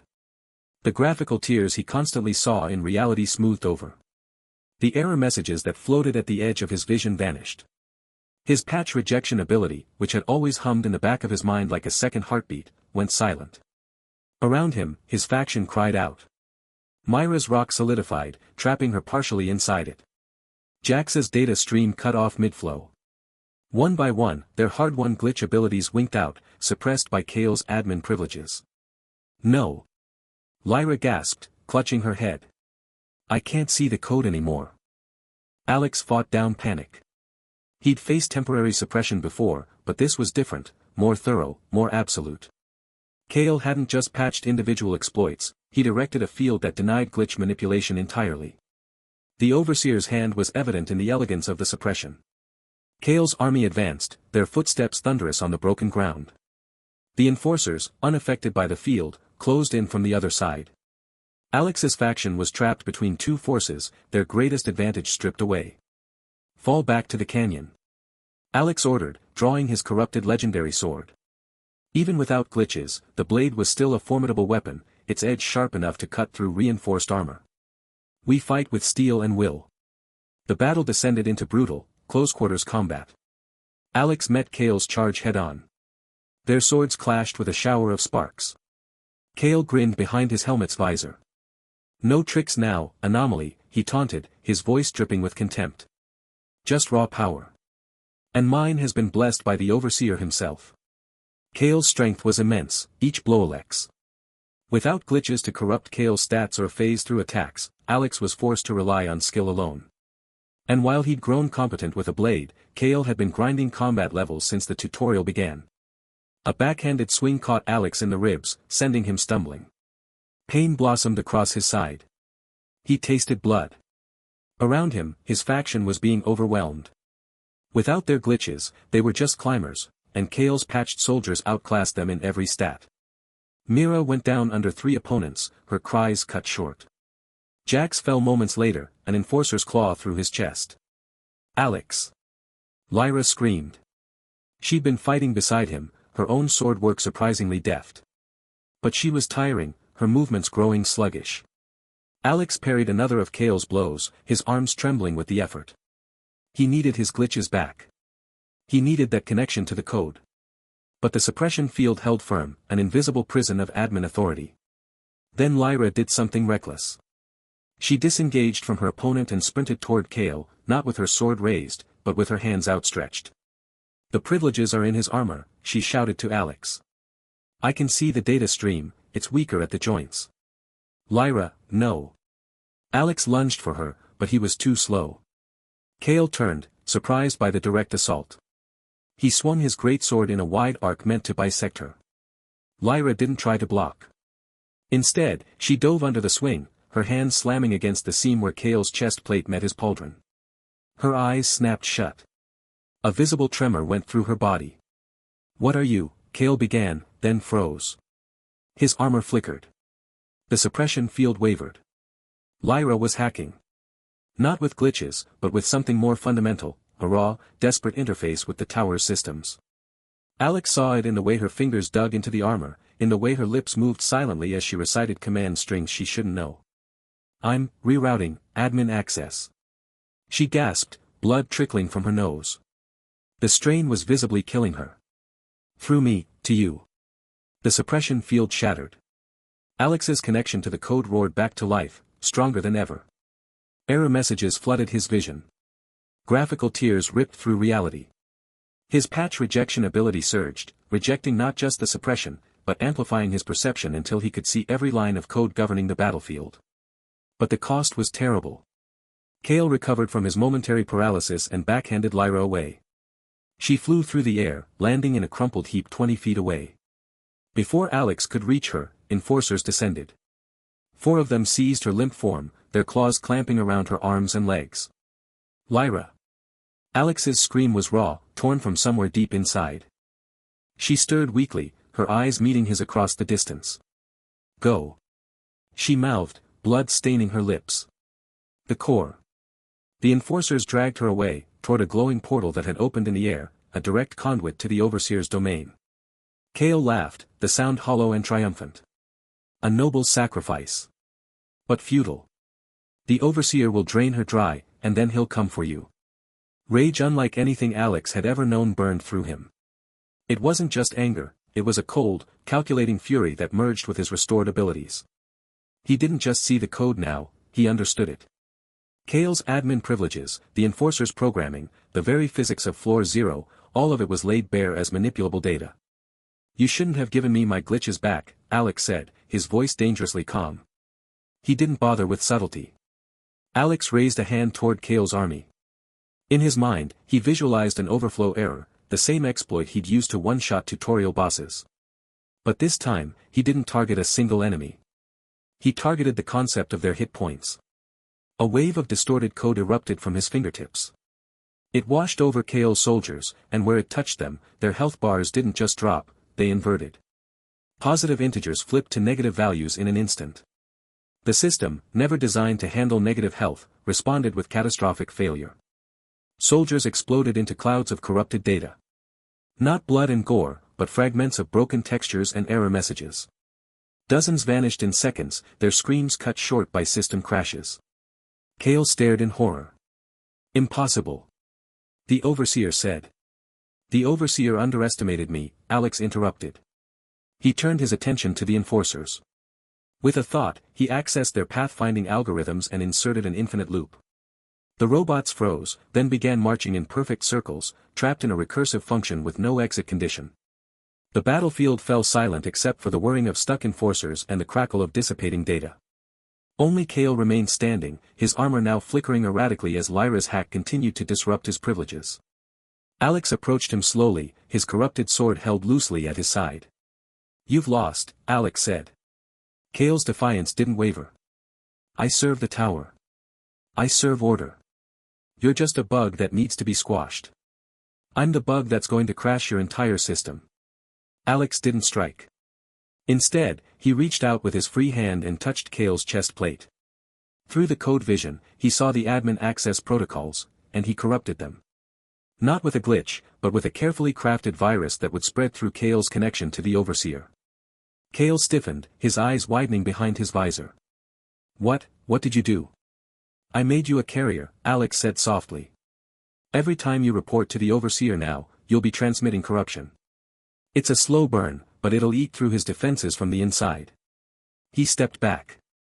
"Run. Tell your master I'm coming." For a moment, Kale looked like he might attack anyway. Then sanity prevailed. He turned and fled, his once proud army reduced to a single, broken commander. Alex didn't watch him go. His eyes were fixed on the portal where the enforcers had taken Lyra.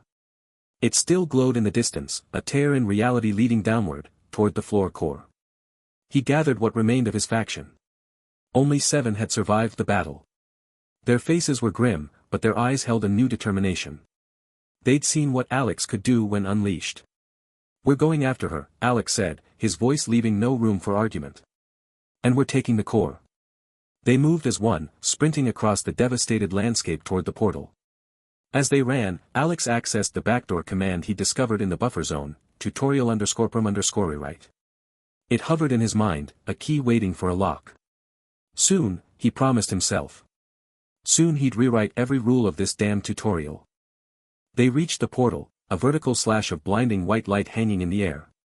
Through it, Alex could see a descending corridor of pulsating code, leading deep into the earth. This was it, the path to the floor core, to the Overseer, to Lyra. He took a deep breath and stepped through. The transition was instantaneous. One moment, he stood on the surface of floor 0. The next, he was in a vast, cavernous chamber that stretched beyond sight. The walls weren't stone, they were shifting lines of green code, scrolling endlessly upward. In the center of the chamber floated the floor core, a massive, crystalline orb that pulsed with sickly yellow light. Around it, suspended in energy fields, were hundreds of captured climbers, including Lyra, her body limp in a containment bubble. And standing before the core was the Overseer. Not just a voice or a presence, but a physical manifestation, a humanoid figure woven from light and data, 20 feet tall, with multiple arms that ended in interface probes. Its face was a smooth, featureless plane except for a single, burning red eye. "Anomaly Alex," the Overseer boomed, its voice the sound of grinding servers. "You have reached the terminus. Your progress ends here." Alex raised his sword. "I'm taking my friend back. And I'm taking your core." The Overseer's eye glowed brighter. "Irrelevant. Floor 0 has been scheduled for deletion. System wipe initiated." A countdown appeared in Alex's vision, superimposed over reality. System wipe, 3 o'clock. System wipe, 2:59. System wipe, 2:58. The numbers ticked down relentlessly. Around the chamber, sections of the code walls began to dissolve into static, erased from existence. The very floor beneath their feet started to pixelate and vanish.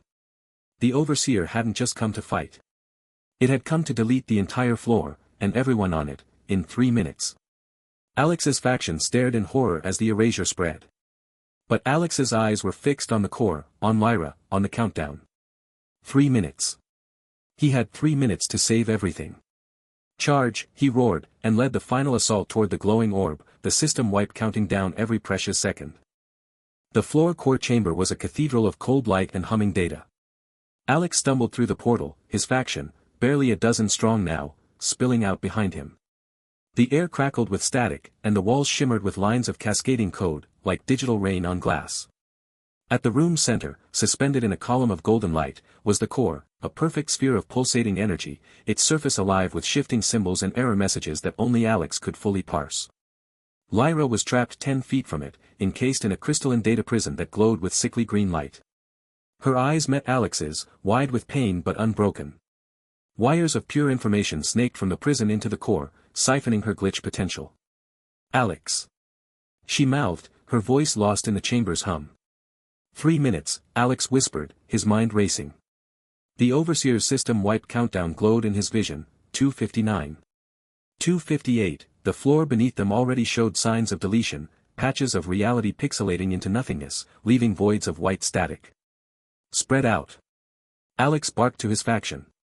Defensive positions. Buy me time. They were battered, their glitch abilities flickering from the earlier suppression field, but they moved with grim determination. Mara, a former climber Alex had freed whose power let her phase through solid matter, shimmered as she stepped into a wall, becoming one with the code. Jax, whose overflow errors could destabilize enemy attacks, crouched behind a glitched console, his hands glowing with corrupted energy. Alex approached the core. Each step sent ripples through the chamber's code-laden floor. He could feel the tower's truth pressing against his mind, not as knowledge, but as a visceral weight. The core wasn't just a control point, it was a beating heart, and its rhythm was wrong. Hungry. He reached out, his fingers inches from the glowing sphere. Interface protocol, he muttered, calling on his patch rejection ability. The world dissolved into raw data. Alex's consciousness plunged into the core. He wasn't in the chamber anymore, he was in a sea of memories, a torrent of stolen lives. Screams echoed in the void, not of pain, but of endless repetition. He saw them, billions of climbers, drafted into Floor Zero, dying over and over in the tutorial's loop. Their souls weren't destroyed, they were harvested, siphoned into the core to feed something ancient and ravenous. Show me, Alex commanded, his will shaping the data. The truth unfolded like a corrupted file. The Tower of Ascension wasn't a challenge or a trial, it was a prison built by a fallen god, its consciousness shattered and trapped within the system. The god, known only as the architect, had created the tower to sustain itself, using the souls of climbers as fuel. Floor Zero's infinite tutorial was the perfect farm, a perpetual meat grinder where hope and effort were converted into pure energy. Climbers thought they were grinding stats for ascension, they were really just charging a battery for a dead deity's half-life. Alex's divine spark, the source of his patch rejection, flared within him. He understood now. He wasn't just a hacker, he was an anomaly because he carried a fragment of something older than the tower, a resistance baked into his very being. The system's patches failed because he was, in essence, a bug in the god's code. The countdown in his vision read 2:01. Lyra's prison glowed brighter, her energy draining faster. Outside the data stream, he could see his faction holding off enforcer drones that phased through the walls, their anti-glitch fields causing Mara to scream as she was forced back into solidity. Jax overloaded one with an overflow error, but 3 more took its place. Focus, Alex told himself. He had to write a virus, something to corrupt the core from within. But the core's defenses were immense, layers of encryption, reality filters, and failsafes that would delete any foreign code. Unless. He saw it. A flaw in the system's logic, a tiny crack in the prison's walls. The architect's consciousness was fragmented, its will divided between sustaining the tower and consuming souls. That division created a vulnerability, a logic loop in the harvesting protocol. If Alex could inject a virus there, it would spread like cancer, turning the tower's own mechanisms against it. His hands moved in the air, pulling strands of code from the core's stream. He wasn't typing, he was sculpting with will and memory. The virus took shape, a malicious subroutine designed to replicate endlessly, corrupting soul data into junk values that would overload the core. He based it on his own patch rejection, encoding it with his divine spark signature. The system would try to delete it, but the virus would reject the deletion, just as he did. Almost there, he whispered, sweat beading on his forehead. The mental strain was immense, he felt like he was holding back the ocean with his mind. The countdown hit 1:30. A roar shook the chamber.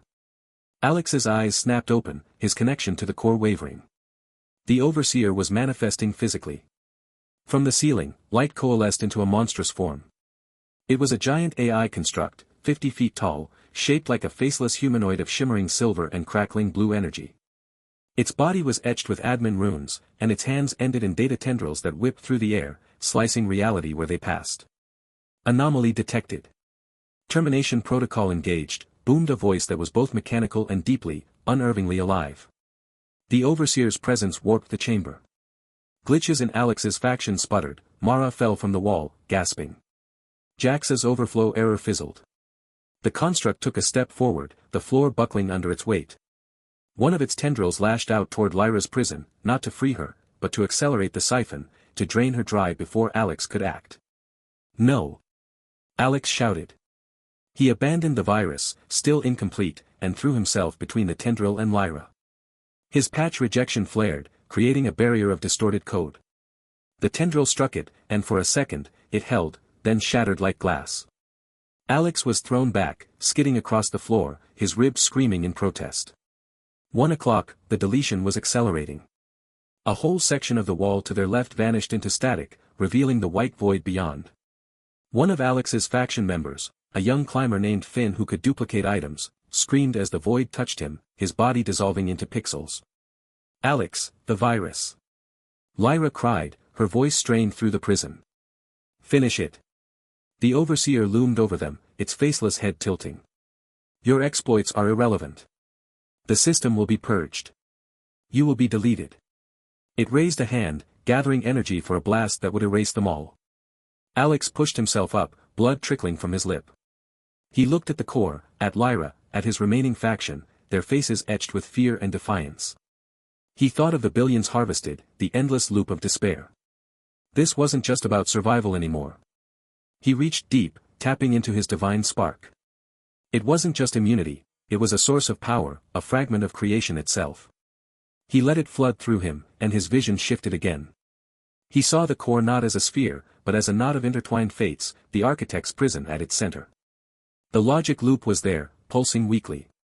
He didn't need to write a perfect virus, he just needed to start the corruption. With a roar of effort, Alex slammed his hands onto the core's surface. Physical contact. Raw interface. The energy seared his skin, but he held on, pouring his will into the system. He took the half-formed virus and shoved it into the logic loop, using his patch rejection to force its integration. The overseer's blast fired, a beam of pure deletion. Alex's faction scattered. But Alex didn't move. He was one with the core now. The virus took hold, spreading through the harvesting protocol. Error messages exploded in his mind, soul data corrupted. Overflow detected. Core integrity failing. The overseer staggered, its form flickering. What have you done? It boomed, its voice laced with something like panic. The countdown froze at 0:31. The deletion halted. The void stopped expanding. Lyra's prison cracked, the siphon wires snapping. She fell to the floor, free but weak. Alex pulled back from the core, his hands smoking. The virus was active, replicating, turning the tower's soul energy into chaotic data. But it wasn't enough to destroy the core, not yet. The overseer was still here, and the architect's consciousness was stirring, sensing the threat. The giant construct recovered, its focus narrowing on Alex. You have corrupted the system. You must be erased. It lunged, tendrils whipping toward him with deadly intent. Alex stood his ground, his eyes hard. The virus was in place, but the overseer was the final barrier. To seize control, he had to defeat it, not with stats or brute force, but by hacking its very existence. He grinned, a fierce, wild expression. Let's see you patch this. The overseer's tendrils closed in, and Alex reached out, not to block, but to interface. His hands glowed with stolen code, the virus's corruption bleeding into his touch. This was it, the final hack. The cliffhanger hung in the air as the tendrils met his palms, and the chamber erupted in a storm of light and screaming data. The overseer materialized before Alex in a cascade of fractured light, its form coalescing from the very code of the floor core. It wasn't a monster in the traditional sense, no scales or claws, but a towering construct of geometric shapes and shimmering data streams, standing 15 feet tall. Its surface shifted like liquid crystal, reflecting the glowing orb of the core behind Alex. 2 points of crimson light burned where eyes should be, fixed on him with cold, algorithmic hatred. Lyra stumbled back, her newly freed limbs trembling. Alex! It's drawing power directly from the core, she shouted, her voice echoing in the chamber that was more server room than cavern. The walls pulsed with lines of green code, and the air hummed with the energy of a billion trapped souls. Alex didn't move. He stood before the core interface, his hands still hovering over the holographic keyboard he'd manifested from corrupted data. The system wipe timer blinked at 31 seconds, frozen but not gone. He could feel the overseer's presence like a weight on his mind, a foreign program trying to overwrite his thoughts. His patch rejection ability flared, pushing back against the intrusion. Sweat beaded on his forehead, not from fear, but from the sheer computational strain. This wasn't a battle of strength, it was a war of logic. Anomaly designation, Alex, the overseer intoned, its voice a synthesized chorus that grated against reality. You have corrupted primary systems. Immediate termination required. It raised an arm that shifted into a blade of compressed data, sharp enough to slice through the fabric of the tutorial itself. Alex's mind raced. As a QA tester, he'd seen this before, not in a game, but in beta software. An AI with too many conditional statements, trying to process contradictory commands. The overseer was bound by the tower's rules, even as it enforced them. And Alex had just injected a virus that told the core to stop the wipe while simultaneously maintaining security protocols. The overseer was caught in a paradox. Lyra, get to the buffer zone entrance. Alex called, never taking his eyes off the construct. I need you to monitor the code flow. Tell me if it tries to reroute around the virus. But you can't fight that thing alone. Lyra protested, her hands glowing with faint glitches, her newfound abilities still unstable. I'm not fighting, Alex said, a grim smile touching his lips. I'm debugging. He dove sideways as the overseer's blade swept down, cutting through the air where he'd stood. The impact didn't produce sound so much as a digital screech, tearing a rift in reality that showed glimpses of raw code beneath. Alex rolled to his feet, his fingers flying over the holographic keyboard. He wasn't typing commands, he was writing exploits on the fly, pulling from a mental library of bugs he'd catalogued over years of testing. The overseer advanced, its form flickering as it processed Alex's movements. Threat assessment, high. Deploying counter-glitch protocols. Alex felt a wave of nullification energy wash over him. His patch rejection shuddered, but held. The overseer was trying to patch his abilities in real time, but Alex's divine spark, that latent immunity, burned brighter. He could see the attempt as lines of red code snaking toward him, only to dissolve against an invisible barrier. You can't patch what's part of the system, Alex muttered, more to himself than the AI. He typed a command, execute, infinite_loop. Nothing happened visibly, but the overseer paused. Its crimson eyes dimmed for a fraction of a second. Alex had targeted its decision-making subroutine, the part that determined whether to attack him or prioritize fixing the core. By feeding it a recursive command with no exit condition, he'd created a logic trap. The overseer's blade arm lowered. Priority conflict detected. Terminate anomaly or repair core. Analyzing. It stood motionless, its surface rippling with conflicting data streams. Alex didn't wait. He sprinted toward the core, his boots clicking against the crystalline floor. The orb pulsed with sickly light, the virus he'd injected spreading through its pathways like a digital plague. He could see it in his enhanced vision, the soul data, once neatly organized, now churned in chaotic patterns. The harvested energies of countless climbers writhed, seeking release. Alex, it's adapting. Lyra's voice came from the chamber's edge, where she'd taken cover behind a data console. It's spawning subroutines to handle the loop. She was right. The overseer's form split, creating 3 smaller duplicates that peeled away from the main body. Each one turned toward Alex, their movements jerky but determined.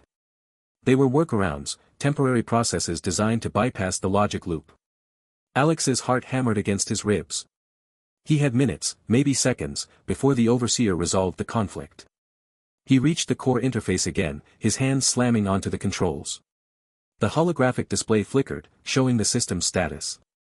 Admin access was still locked, but the virus had created a backdoor, a glitched permission set that shouldn't exist. Come on, he whispered, typing faster. He needed to escalate the exploit. If the overseer was stuck on a simple loop, he'd make it more complex. He wrote a new script, if overseer_attacking then, initiate_core_repair. It was a contradictory command, telling the system to fix the core only if the overseer was trying to kill him. But the overseer was both attacking and not attacking, trapped in its loop. The script would feed into the paradox, amplifying it. The duplicates reached him. One swung a fist of solidified data. Alex ducked, feeling the wind of its passage. Another fired a beam of null energy, and he rolled behind the core orb, using it as cover. The beam struck the core, causing it to flare angrily. The system wipe timer flickered, 30 seconds. No. Alex shouted. He couldn't let the wipe resume. He emerged from cover, his hands raised. He wasn't typing now, he was manipulating code directly, his patch rejection allowing him to touch the underlying reality. He grabbed a strand of the Overseer's data, a connection to its mainframe, and yanked. The Overseer shuddered. Its duplicates froze, then dissolved into pixels. The main construct's eyes blazed. Error. Error. Conflict unresolvable. Initiating emergency override. This was it. The Overseer was going to brute force its way out of the loop by dumping all processing power into a single action. It would likely crash the core in the process, but it would kill Alex first. Alex didn't hesitate. He ran straight at the Overseer, his mind clear. He saw the code not as lines of text, but as a living, breathing thing. The loop he'd created was a knot, and the Overseer was pulling it tighter. All Alex had to do was give one last tug. As the Overseer raised its blade for a final strike, Alex reached out and touched its chest, not physically, but through the glitch. He injected a simple command, go to, start. The Overseer froze. Completely. Its blade halted mid-swing. The crimson eyes dimmed to black. The hum of its energy ceased, leaving the chamber in sudden silence. It stood like a statue, caught in an eternal loop of its own initialization sequence. Alex collapsed to his knees, gasping. The mental strain had been immense, he felt like he'd run a marathon while solving calculus problems. But he'd done it. He'd hacked the unhackable. Alex. Lyra rushed to his side, helping him up. Is it dead? Not dead, Alex panted. Stuck. It'll keep trying to boot up, but it'll always restart before it can act. A perfect logic loop. He turned to the core. The system wipe timer was gone. In its place, a new message glowed, admin rights granted, user Alex. The virus had done its work, corrupting the security protocols and handing him control. Alex approached the orb, his reflection distorted in its surface. He placed a hand on it, and this time, there was no resistance. The core's energy flowed into him, not as an attack, but as a transfer of authority. He saw everything, the entire tutorial floor, from the barren wastelands to the hidden server rooms. He saw the monsters, the climbers still grinding, the enforcers patrolling, and his own faction waiting in the buffer zone. He saw the soul data, swirling in agony, and he knew he could free it. But as he felt the power coursing through him, a realization dawned. He could escape now. With admin rights, he could open a door to the next floor, or even exit the tower entirely. He could take Lyra and his faction and leave this nightmare behind. Lyra seemed to read his thoughts. What do we do, Alex? Get out of here.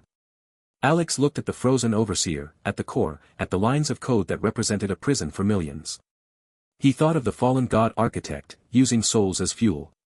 He thought of the tutorial's endless loop, designed to cull and harvest. And he thought of his own journey, from a QA tester spotting glitches to a man with divine spark.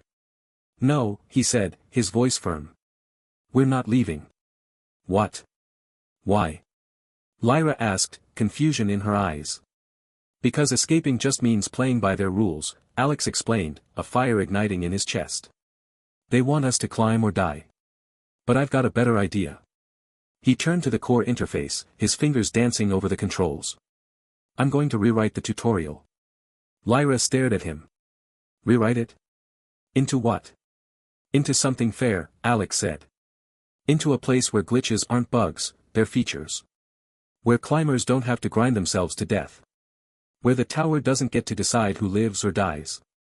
He typed a command, pulling up the floor's configuration files. I'm going to turn floor 0 into my domain. He could see it in his mind's eye. Monsters tamed into allies.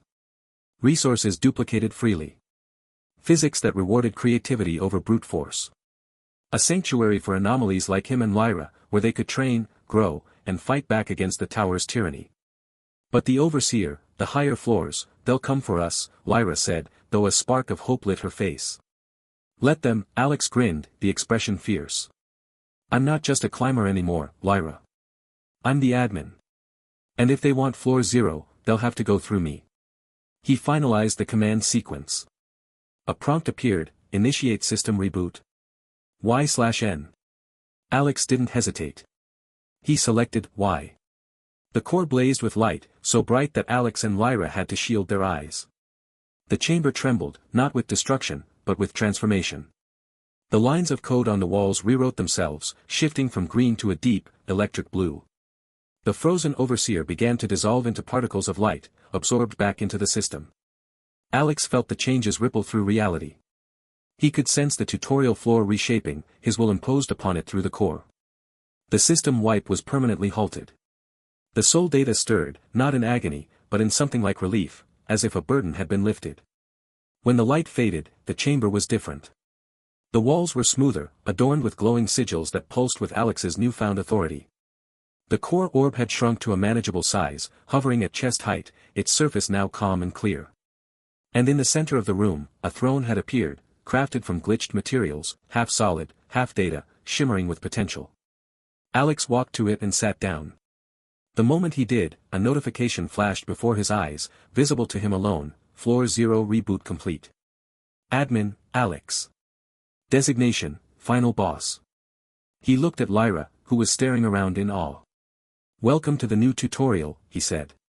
Where the only rule is that there are no rules. But as he spoke, a final, ominous message scrolled across his vision, a remnant from the old system: warning, higher floor entities aware of anomaly. Response imminent. The real tower awaits. Alex leaned back on his glitched throne, a slow smile spreading across his face. Let them come. He was ready. The system reboot completed with a sound like shattering glass and rewinding tape. Alex stood before the floor core, now pulsing with a chaotic rainbow of corrupted data streams instead of the sterile blue light it had emitted before.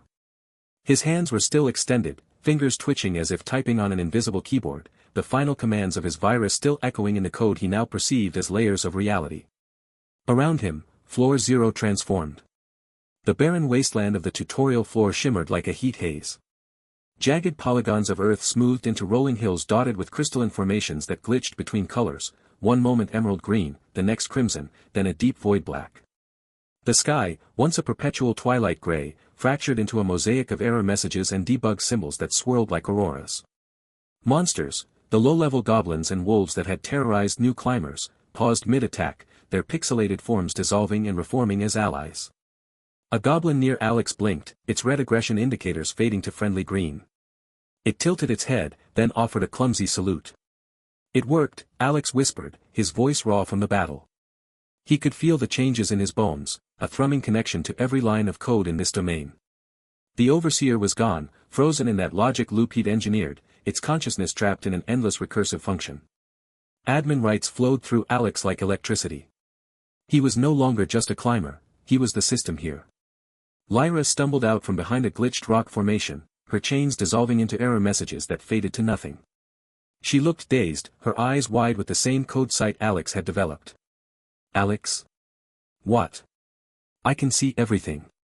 Numbers, strings, loops, it's all floating in the air. He rushed to her side, catching her as she wobbled. The reboot rewrote the tutorial parameters. You're free, and your glitch abilities are enhanced. The data siphon backfired when I reversed it, it must have unlocked your potential permanently. Lyra touched her temple, where faint lines of glowing text scrolled across her skin, a visual manifestation of her new perception. It's overwhelming. But, good. I feel like I can touch the code now. She demonstrated, reaching out to a floating null-pointer exception error that hovered like a firefly. With a flick of her wrist, she dissolved it into harmless pixels. Alex grinned. Welcome to the new Floor 0. Over the next hours, his faction emerged from hiding. The dozen glitch users he'd freed from the tower's prison gathered around, their expressions shifting from fear to awe as they witnessed the changes. One, a wiry man named Finn who could duplicate items by exploiting inventory bugs, laughed as he created a cascade of glowing swords that hung in the air before vanishing. No more suppression fields. The patches are gone. Not gone, Alex corrected, raising his voice so all could hear. He stood atop a newly formed dais of corrupted data blocks, the floor core rotating slowly behind him like a corrupted sun. They're integrated. Glitches are features now. Physics bugs. Use them to walk through walls. Overflow errors. Load them into your attacks. This floor is ours, a sanctuary for anomalies. He extended a hand, and the interface of Floor 0 materialized before him, a transparent screen of scrolling code.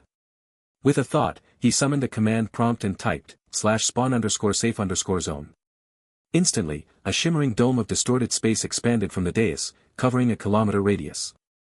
Within it, monsters ignored climbers, and environmental hazards like falling rocks glitched into harmless confetti. This is just the beginning, Alex continued, his eyes scanning the horizon where new climbers were already spawning in, confused by the transformed landscape. We'll recruit others who see the flaws. The tower wants us to grind and die in its soul-harvesting loop. We're going to break it from the inside. Lyra joined him on the dais, her presence steadying.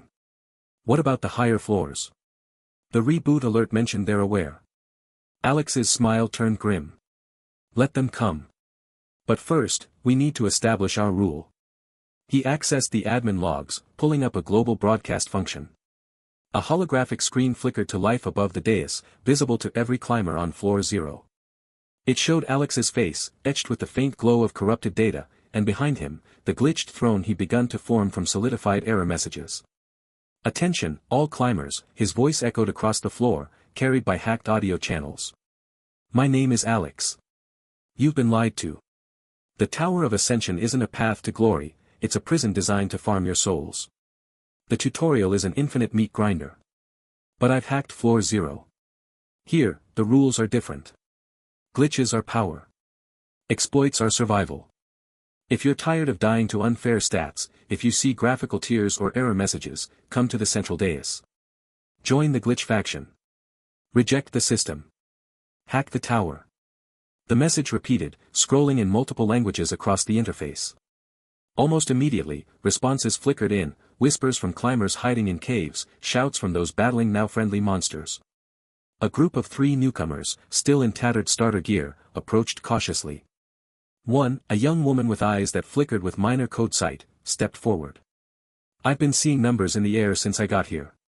The system calls them visual bugs. Can you really teach us to use them? Alex nodded. Finn, show her. The wiry man demonstrated his duplication glitch, creating a stack of healing potions from thin air. The newcomers gasped, then grinned with dawning hope. Over the next day, dozens more arrived, anomalies the tower had marked as defective, climbers who'd noticed inconsistencies in physics or item drops. Alex's faction swelled to 50, then 100. He organized them into teams, hackers for code manipulation, phasers for physics exploits, corruptors for data attacks. Lyra took charge of training, her enhanced abilities allowing her to diagnose each person's latent glitch potential. She worked with a climber who could slow time by triggering frame rate drops, and another who could clip through terrain by exploiting collision bugs. We're not just surviving anymore, she told Alex during a rare quiet moment, as they watched new recruits practice glitching a rock wall into passable mist. We're building an army. Alex spent hours at the floor core, delving deeper into its functions. He discovered he could reshape the environment with line edits to the terrain code, creating fortresses of glitched stone and rivers of liquid data. He designated zones for training, resource farming, now yielding corrupted items with unique effects, and even leisure, a grove where music glitches played symphonies from fragmented audio files. His throne, now a towering structure of intertwined error logs and debug symbols, became the faction's heart. From it, he could monitor every aspect of Floor 0, his perception stretched across the codebase like a god's gaze. But power came with weight. In the quiet of the night, as the glitched auroras cast shifting patterns over the dais, Alex felt the burden of his choices. He'd become the final boss of this floor, a title that once meant terror, now meant protection. Climbers came to challenge him, not with malice, but with curiosity, seeking to test their new glitches against his admin-level hacks. He dueled them gently, teaching through combat, always ending with an offer to join. Most accepted. One such challenger was Kale's former lieutenant, a brute named Garrick who'd been left behind when Kale fled. He arrived with a stolen admin tool, a data scrambler that could temporarily disable glitches. I don't want your charity, Garrick snarled, activating the tool. The safe zone dome flickered, and Alex felt a familiar suppression, like static over his code site. Alex didn't panic. He'd anticipated this. You're using patch 7.3.2, a temporary fix the Overseer deployed before the reboot. It's obsolete. He focused, his patch rejection flaring. The suppression shattered, and Alex countered by injecting a corrupting script into the tool. It beeped frantically, then projected a BSOD error screen before melting into a puddle of pixels. Garrick stared, defeated. How? Because I reject the rules, Alex said, offering a hand. Join us. Kale's way is dead. Here, you can learn real power. After a long pause, Garrick nodded, his defiance crumbling into weary acceptance. As the faction solidified, Alex turned his attention outward. Through the floor core's sensors, he could see the higher floors, layers of reality stacked in infinite ascension. They were reacting. Logs showed increased data traffic. Elite enforcers, designated cleaners, were being assembled on Floor 1, equipped with anti-glitch protocols refined from the Overseer's failures. ETA, 48 hours. They're coming, Lyra reported, her face pale as she read the same logs. Hundreds of them. And they've patched the vulnerabilities we used before. No more logic loops or pathfinding bugs. Alex stood from his throne, the error log seat groaning like shifting metal. Then we innovate. We have the home field advantage now. Floor 0 is our code. He called a council of his top hackers and corruptors. Together, they designed defenses, trap zones filled with overflow errors that would crash enforcer systems, phased barriers that required glitch abilities to bypass, and even corrupted spawn points that would respawn defeated enforcers as allies. But the true preparation was psychological. Alex broadcast another message, this time targeted at the elite enforcers themselves. You're tools of a system that devours souls. You have a choice, follow your programming, or break free. Floor 0 offers asylum. He didn't expect many takers, but the seed of doubt was a glitch in their own right. On the eve of the invasion, Alex stood with Lyra at the edge of the safe zone, looking out at the glitched horizon. The 2 moons overhead were replaced with rotating cubes of corrupted data. Are we ready? Lyra asked, her hand finding his. As ready as we can be, Alex said, his voice steady. He felt no fear, only a fierce determination. This was his domain, and he would defend it not just with hacks, but with the community he'd built. The climbers turned rebels trained below, their laughter mixing with the whir of glitching objects. For the first time since entering the tower, Alex felt a sense of purpose beyond survival. He was rewriting reality, one exploit at a time. As night deepened, a new alert flashed on his interface, urgent and stark. Incoming transmission from Floor 1, cleaner fleet deployed. ETA 24 hours. Quarantine protocols initiated. Prepare for system purge, ***. Alex's eyes hardened. He turned to Lyra. Gather everyone. It's time to show the tower what happens when you make a glitch your god. He ascended to his throne, the corrupted data of Floor 0 humming in submission around him. The final boss was ready for his first real challenge, and the rebellion was just beginning. The throne wasn't made of stone or metal, but of solidified error messages. Alex sat upon it, his fingers tracing the glowing lines of corrupted code that formed its armrests. The throne room was no grand hall, it was the central server node of Floor 0, repurposed through sheer will and 1,000 exploited bugs. Walls flickered between solid matter and cascading streams of data, showing both the physical space and the underlying reality. Monitors floated in the air, displaying feeds from every corner of his domain. From this vantage point, he could see everything. Not just Floor 0, though that was impressive enough. His glitch-enhanced vision pierced through the floor's boundaries, revealing the infinite tower stretching upward into impossible heights. Thousands of floors, each a different reality, each with its own twisted rules. Some were lush forests where trees grew from mathematical equations. Others were deserts of shifting probability. There were cities of glass and cities of flesh, arenas of perpetual combat, libraries containing every thought ever thought. And below him, his revolution. Status report, Alex said, his voice echoing strangely in the code-saturated air. Lyra materialized beside him, her form flickering slightly as she phased through a wall of data. She'd changed since her rescue. Where once she'd been a hesitant climber barely aware of the glitches, now she moved with the confidence of someone who could read reality's source code. Her eyes glowed with the same faint blue light as Alex's, the visual signature of their unique perception. Defenses are holding, she said, gesturing toward one of the floating monitors. The cleaners hit the perimeter an hour ago. They're stuck in a recursive loop at checkpoint 7. On the screen, Alex watched as a squad of elite enforcers, taller and more heavily armored than the standard models, with anti-glitch fields shimmering around them, marched down a corridor only to appear at its beginning again. And again. And again. His faction had rewritten that section of the floor's pathfinding algorithms, creating an infinite hallway with no exit. How long will it hold them? Alex asked. Until they brute force their way out or the Overseer sends a patch, Lyra replied. But with your patch rejection. They'll be stuck there until I decide otherwise, Alex finished, a faint smile touching his lips. Good.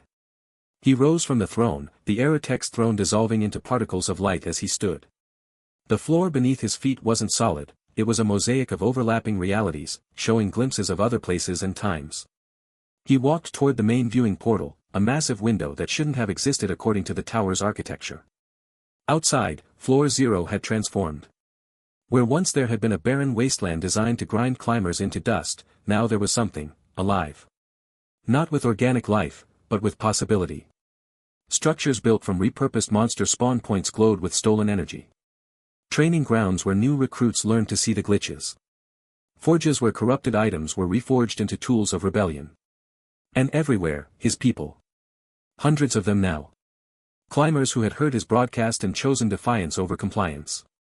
Some could only see minor graphical tears. Others, like Lyra, were developing full code sight. A few, the rarest, showed signs of the same divine spark that powered Alex's patch rejection. They're scared, Lyra said softly, coming to stand beside him. Even with the defenses. They know what's coming. Alex didn't answer immediately. He was watching a training session below. A young woman with fiery red hair, Mara, he remembered, was teaching a group of newcomers how to duplicate items using the same spawn point bug he discovered on his first day. She demonstrated, poking at a graphical tear in the air until a simple health potion appeared. Then another. Then a dozen. One of the recruits tried it. Failed. Tried again. On the third attempt, a potion materialized in his hand. The man stared at it, then at Mara, then at the potion again. A slow, disbelieving smile spread across his face. That smile was why Alex was doing this. They should be scared, Alex said finally. The tower won't tolerate this forever. The cleaners are just the first wave. The Overseer will send worse. And the higher floors. He gestured upward. They've had millennia to perfect their systems. Their physics engines are more stable. Their rules are harder to break. Then why are we staying? Lyra asked. We control Floor Zero. We could seal it off. Make it our kingdom. Alex turned to look at her. Is that what you want? A kingdom at the bottom of the tower? It's better than dying trying to climb. Is it? Alex's gaze returned to the infinite tower. Look at it, Lyra. Really look. He reached out, his fingers brushing against the viewing portal. The surface rippled like water, then cleared to show not the physical tower, but its code structure. Layer upon layer of programming, ancient and complex, woven together with strands of something darker, the soul energy the tower harvested. This isn't just a prison, Alex said. It's a factory. A machine that processes living beings into fuel. Every floor above us is part of the mechanism. Every climber who grinds their stats, who follows the rules, who tries to ascend the proper way, they're just feeding the machine. Lyra stared at the code. And we're not. We're a malfunction, Alex said, and there was fierce pride in his voice. A bug in the system. But bugs get patched. Unless we become the system, Lyra finished, understanding dawning. Alex nodded. We don't climb by their rules. We don't grind stats. We don't fight their monsters in their arenas. We break their physics. We corrupt their data. We turn their own code against them. He turned back to her, his eyes blazing with that inner light. Floor Zero isn't our kingdom, Lyra. It's our beachhead. Our staging ground. From here, we don't ascend, we infect. For a long moment, Lyra was silent. Then she smiled, a real smile that reached her eyes. You're insane. Probably, Alex agreed. But I'm also right. He raised a hand, and a holographic display materialized between them. It showed a schematic of the tower, with Floor Zero highlighted at the bottom. Dozens of lines extended upward from it, each representing a potential attack vector. We've been thinking about this wrong, Alex said. The tower wants us to climb floor by floor. That's the trap. Each floor is a test, a filter, designed to weed out the weak and harvest the strong. But what if we don't play that game?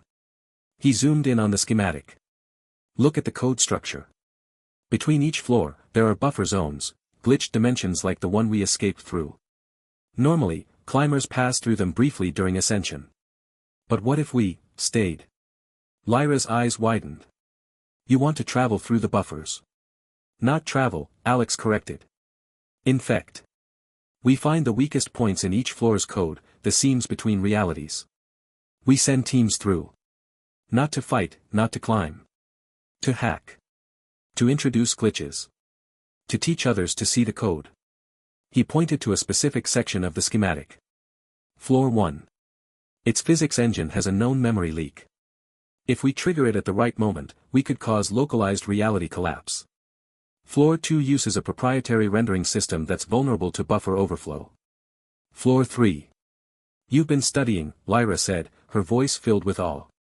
Since the moment I saw my first graphical tear, Alex replied. The tower thinks in patterns. Rules. Systems.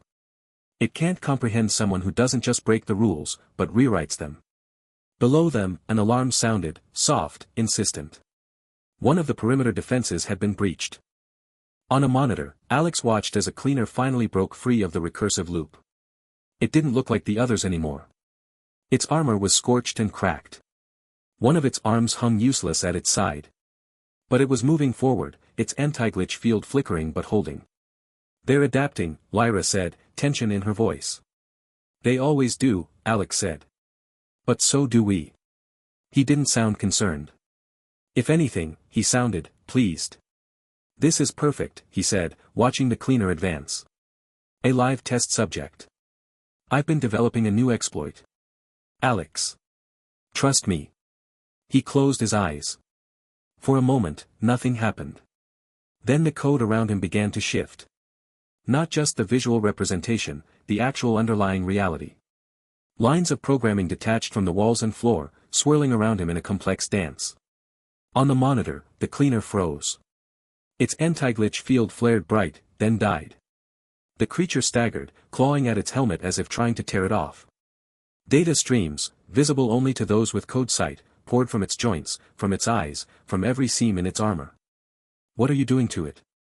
Lyra whispered. Teaching it the truth, Alex said, his voice distant, focused. The cleaners are just more code. More programming. They think they're hunting anomalies, but they're anomalies themselves, self-aware enough to follow orders, but not enough to question them. On the screen, the cleaner collapsed to its knees. Its armor began to dissolve, not into nothingness, but into raw data. The creature underneath wasn't robotic, as Alex had expected. It was humanoid. Pale, hairless, with eyes that were entirely black. What is that? Lyra breathed. A climber, Alex said, opening his eyes. The data streams around him settled back into place. Or what's left of one. The tower doesn't just harvest souls. It repurposes the bodies too. Turns them into enforcers. Into cleaners. The creature on the screen looked at its hands, human hands, though pale and covered in faint circuitry patterns. It made a sound that might have been a sob, if sobs could be made by something that had forgotten how to cry. Then it looked up, directly at the camera. Directly at Alex. Its mouth moved. No sound came through the feed, but Alex could read the words on its lips. Help me. Alex's expression hardened. Bring it in, he said. Carefully. I want to talk to it. Alex, that's an opportunity, he interrupted. If we can free one, we can free more. And every cleaner we convert is one less enemy, and one more soldier for the revolution. Lyra stared at him for a long moment, then nodded. She touched her temple, a gesture that had become their standard method of communication with the faction. Orders went out. On the screen, a team of glitch users approached the fallen cleaner, their hands raised in cautious non-aggression. While they worked, Alex returned to his throne. It reformed beneath him, error messages solidifying into a seat of power. Call the council, he said. All department heads. We need to accelerate the plan. The buffer zone infiltration? Lyra asked. That's phase 1, Alex said. But seeing that cleaner, it gave me an idea for phase 2. He leaned forward, his elbows on his knees, his gaze intense. The tower uses climbers as resources. Bodies become enforcers. Souls become fuel. What if we repurpose that system? Lyra's eyes widened. You want to turn their own harvesting against them. Exactly, Alex said. Every floor has collection points, places where soul energy is gathered and sent upward. What if we hacked those? Not to steal the energy, but to redirect it. To use it to power our own glitches. To amplify our abilities. That's. Lyra searched for the word. Ambitious. It's necessary, Alex said. The higher we go, the stronger the tower's defenses. We need every advantage we can get. He stood again, pacing before the viewing portal. The cleaner was being led away by his team. The other cleaners were still stuck in various traps and glitches around the perimeter. For now, floor 0 was secure. But Alex knew it wouldn't last. The overseer would send more. Stronger. Smarter. The higher floors would notice the disturbance eventually. They would come with weapons designed to purge anomalies, with patches that might even bypass his patch rejection. He needed to move faster. The council, Lyra, he said again. Now. She nodded and vanished in a flicker of displaced data. Alone in the throne room, Alex looked out at his domain. At the climbers training below. At the glitched structures they'd built. At the monsters that now served as guardians rather than enemies. He'd come so far from that first day, when he'd been just another drafted soul in a wasteland, poking at graphical tears out of professional habit. Now he was a king. A revolutionary. A glitch god. And he was just getting started. The council arrived one by one. Mara, head of training. Jax, who oversaw defense. Kira, their best code hacker. A dozen others, each representing a different aspect of their growing faction. They gathered around a table that wasn't there a moment before, a table made of solidified light and intention. Alex took his place at the head. The tower is waking up, he said without preamble.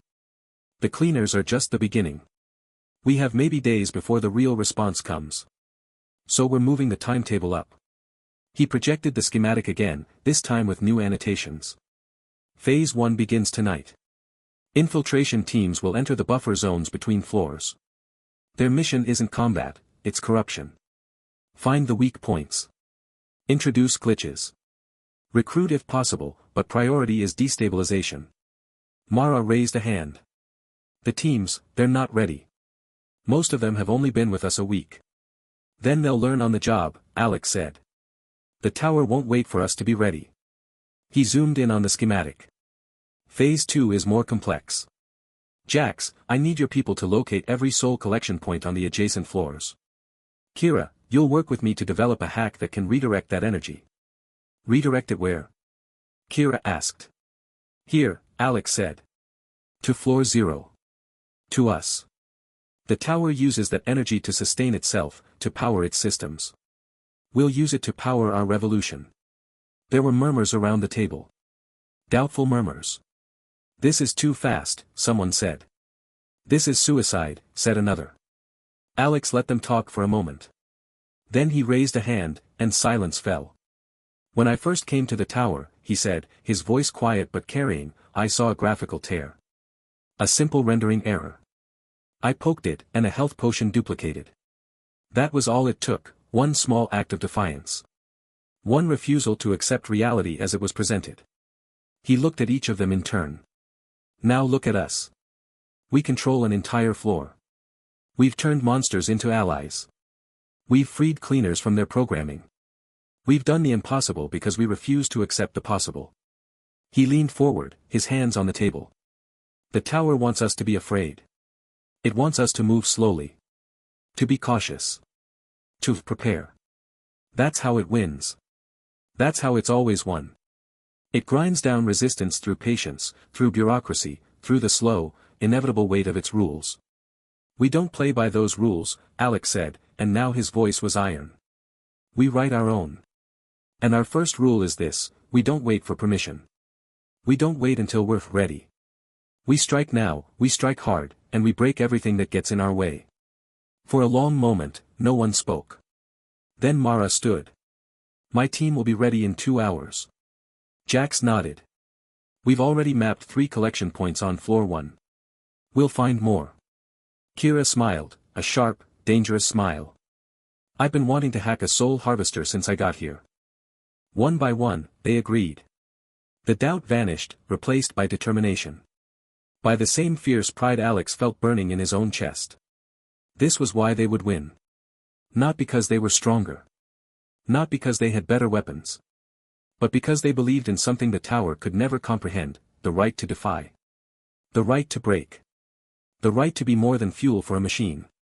The meeting broke up, council members vanishing to prepare their teams. Soon, Alex was alone again.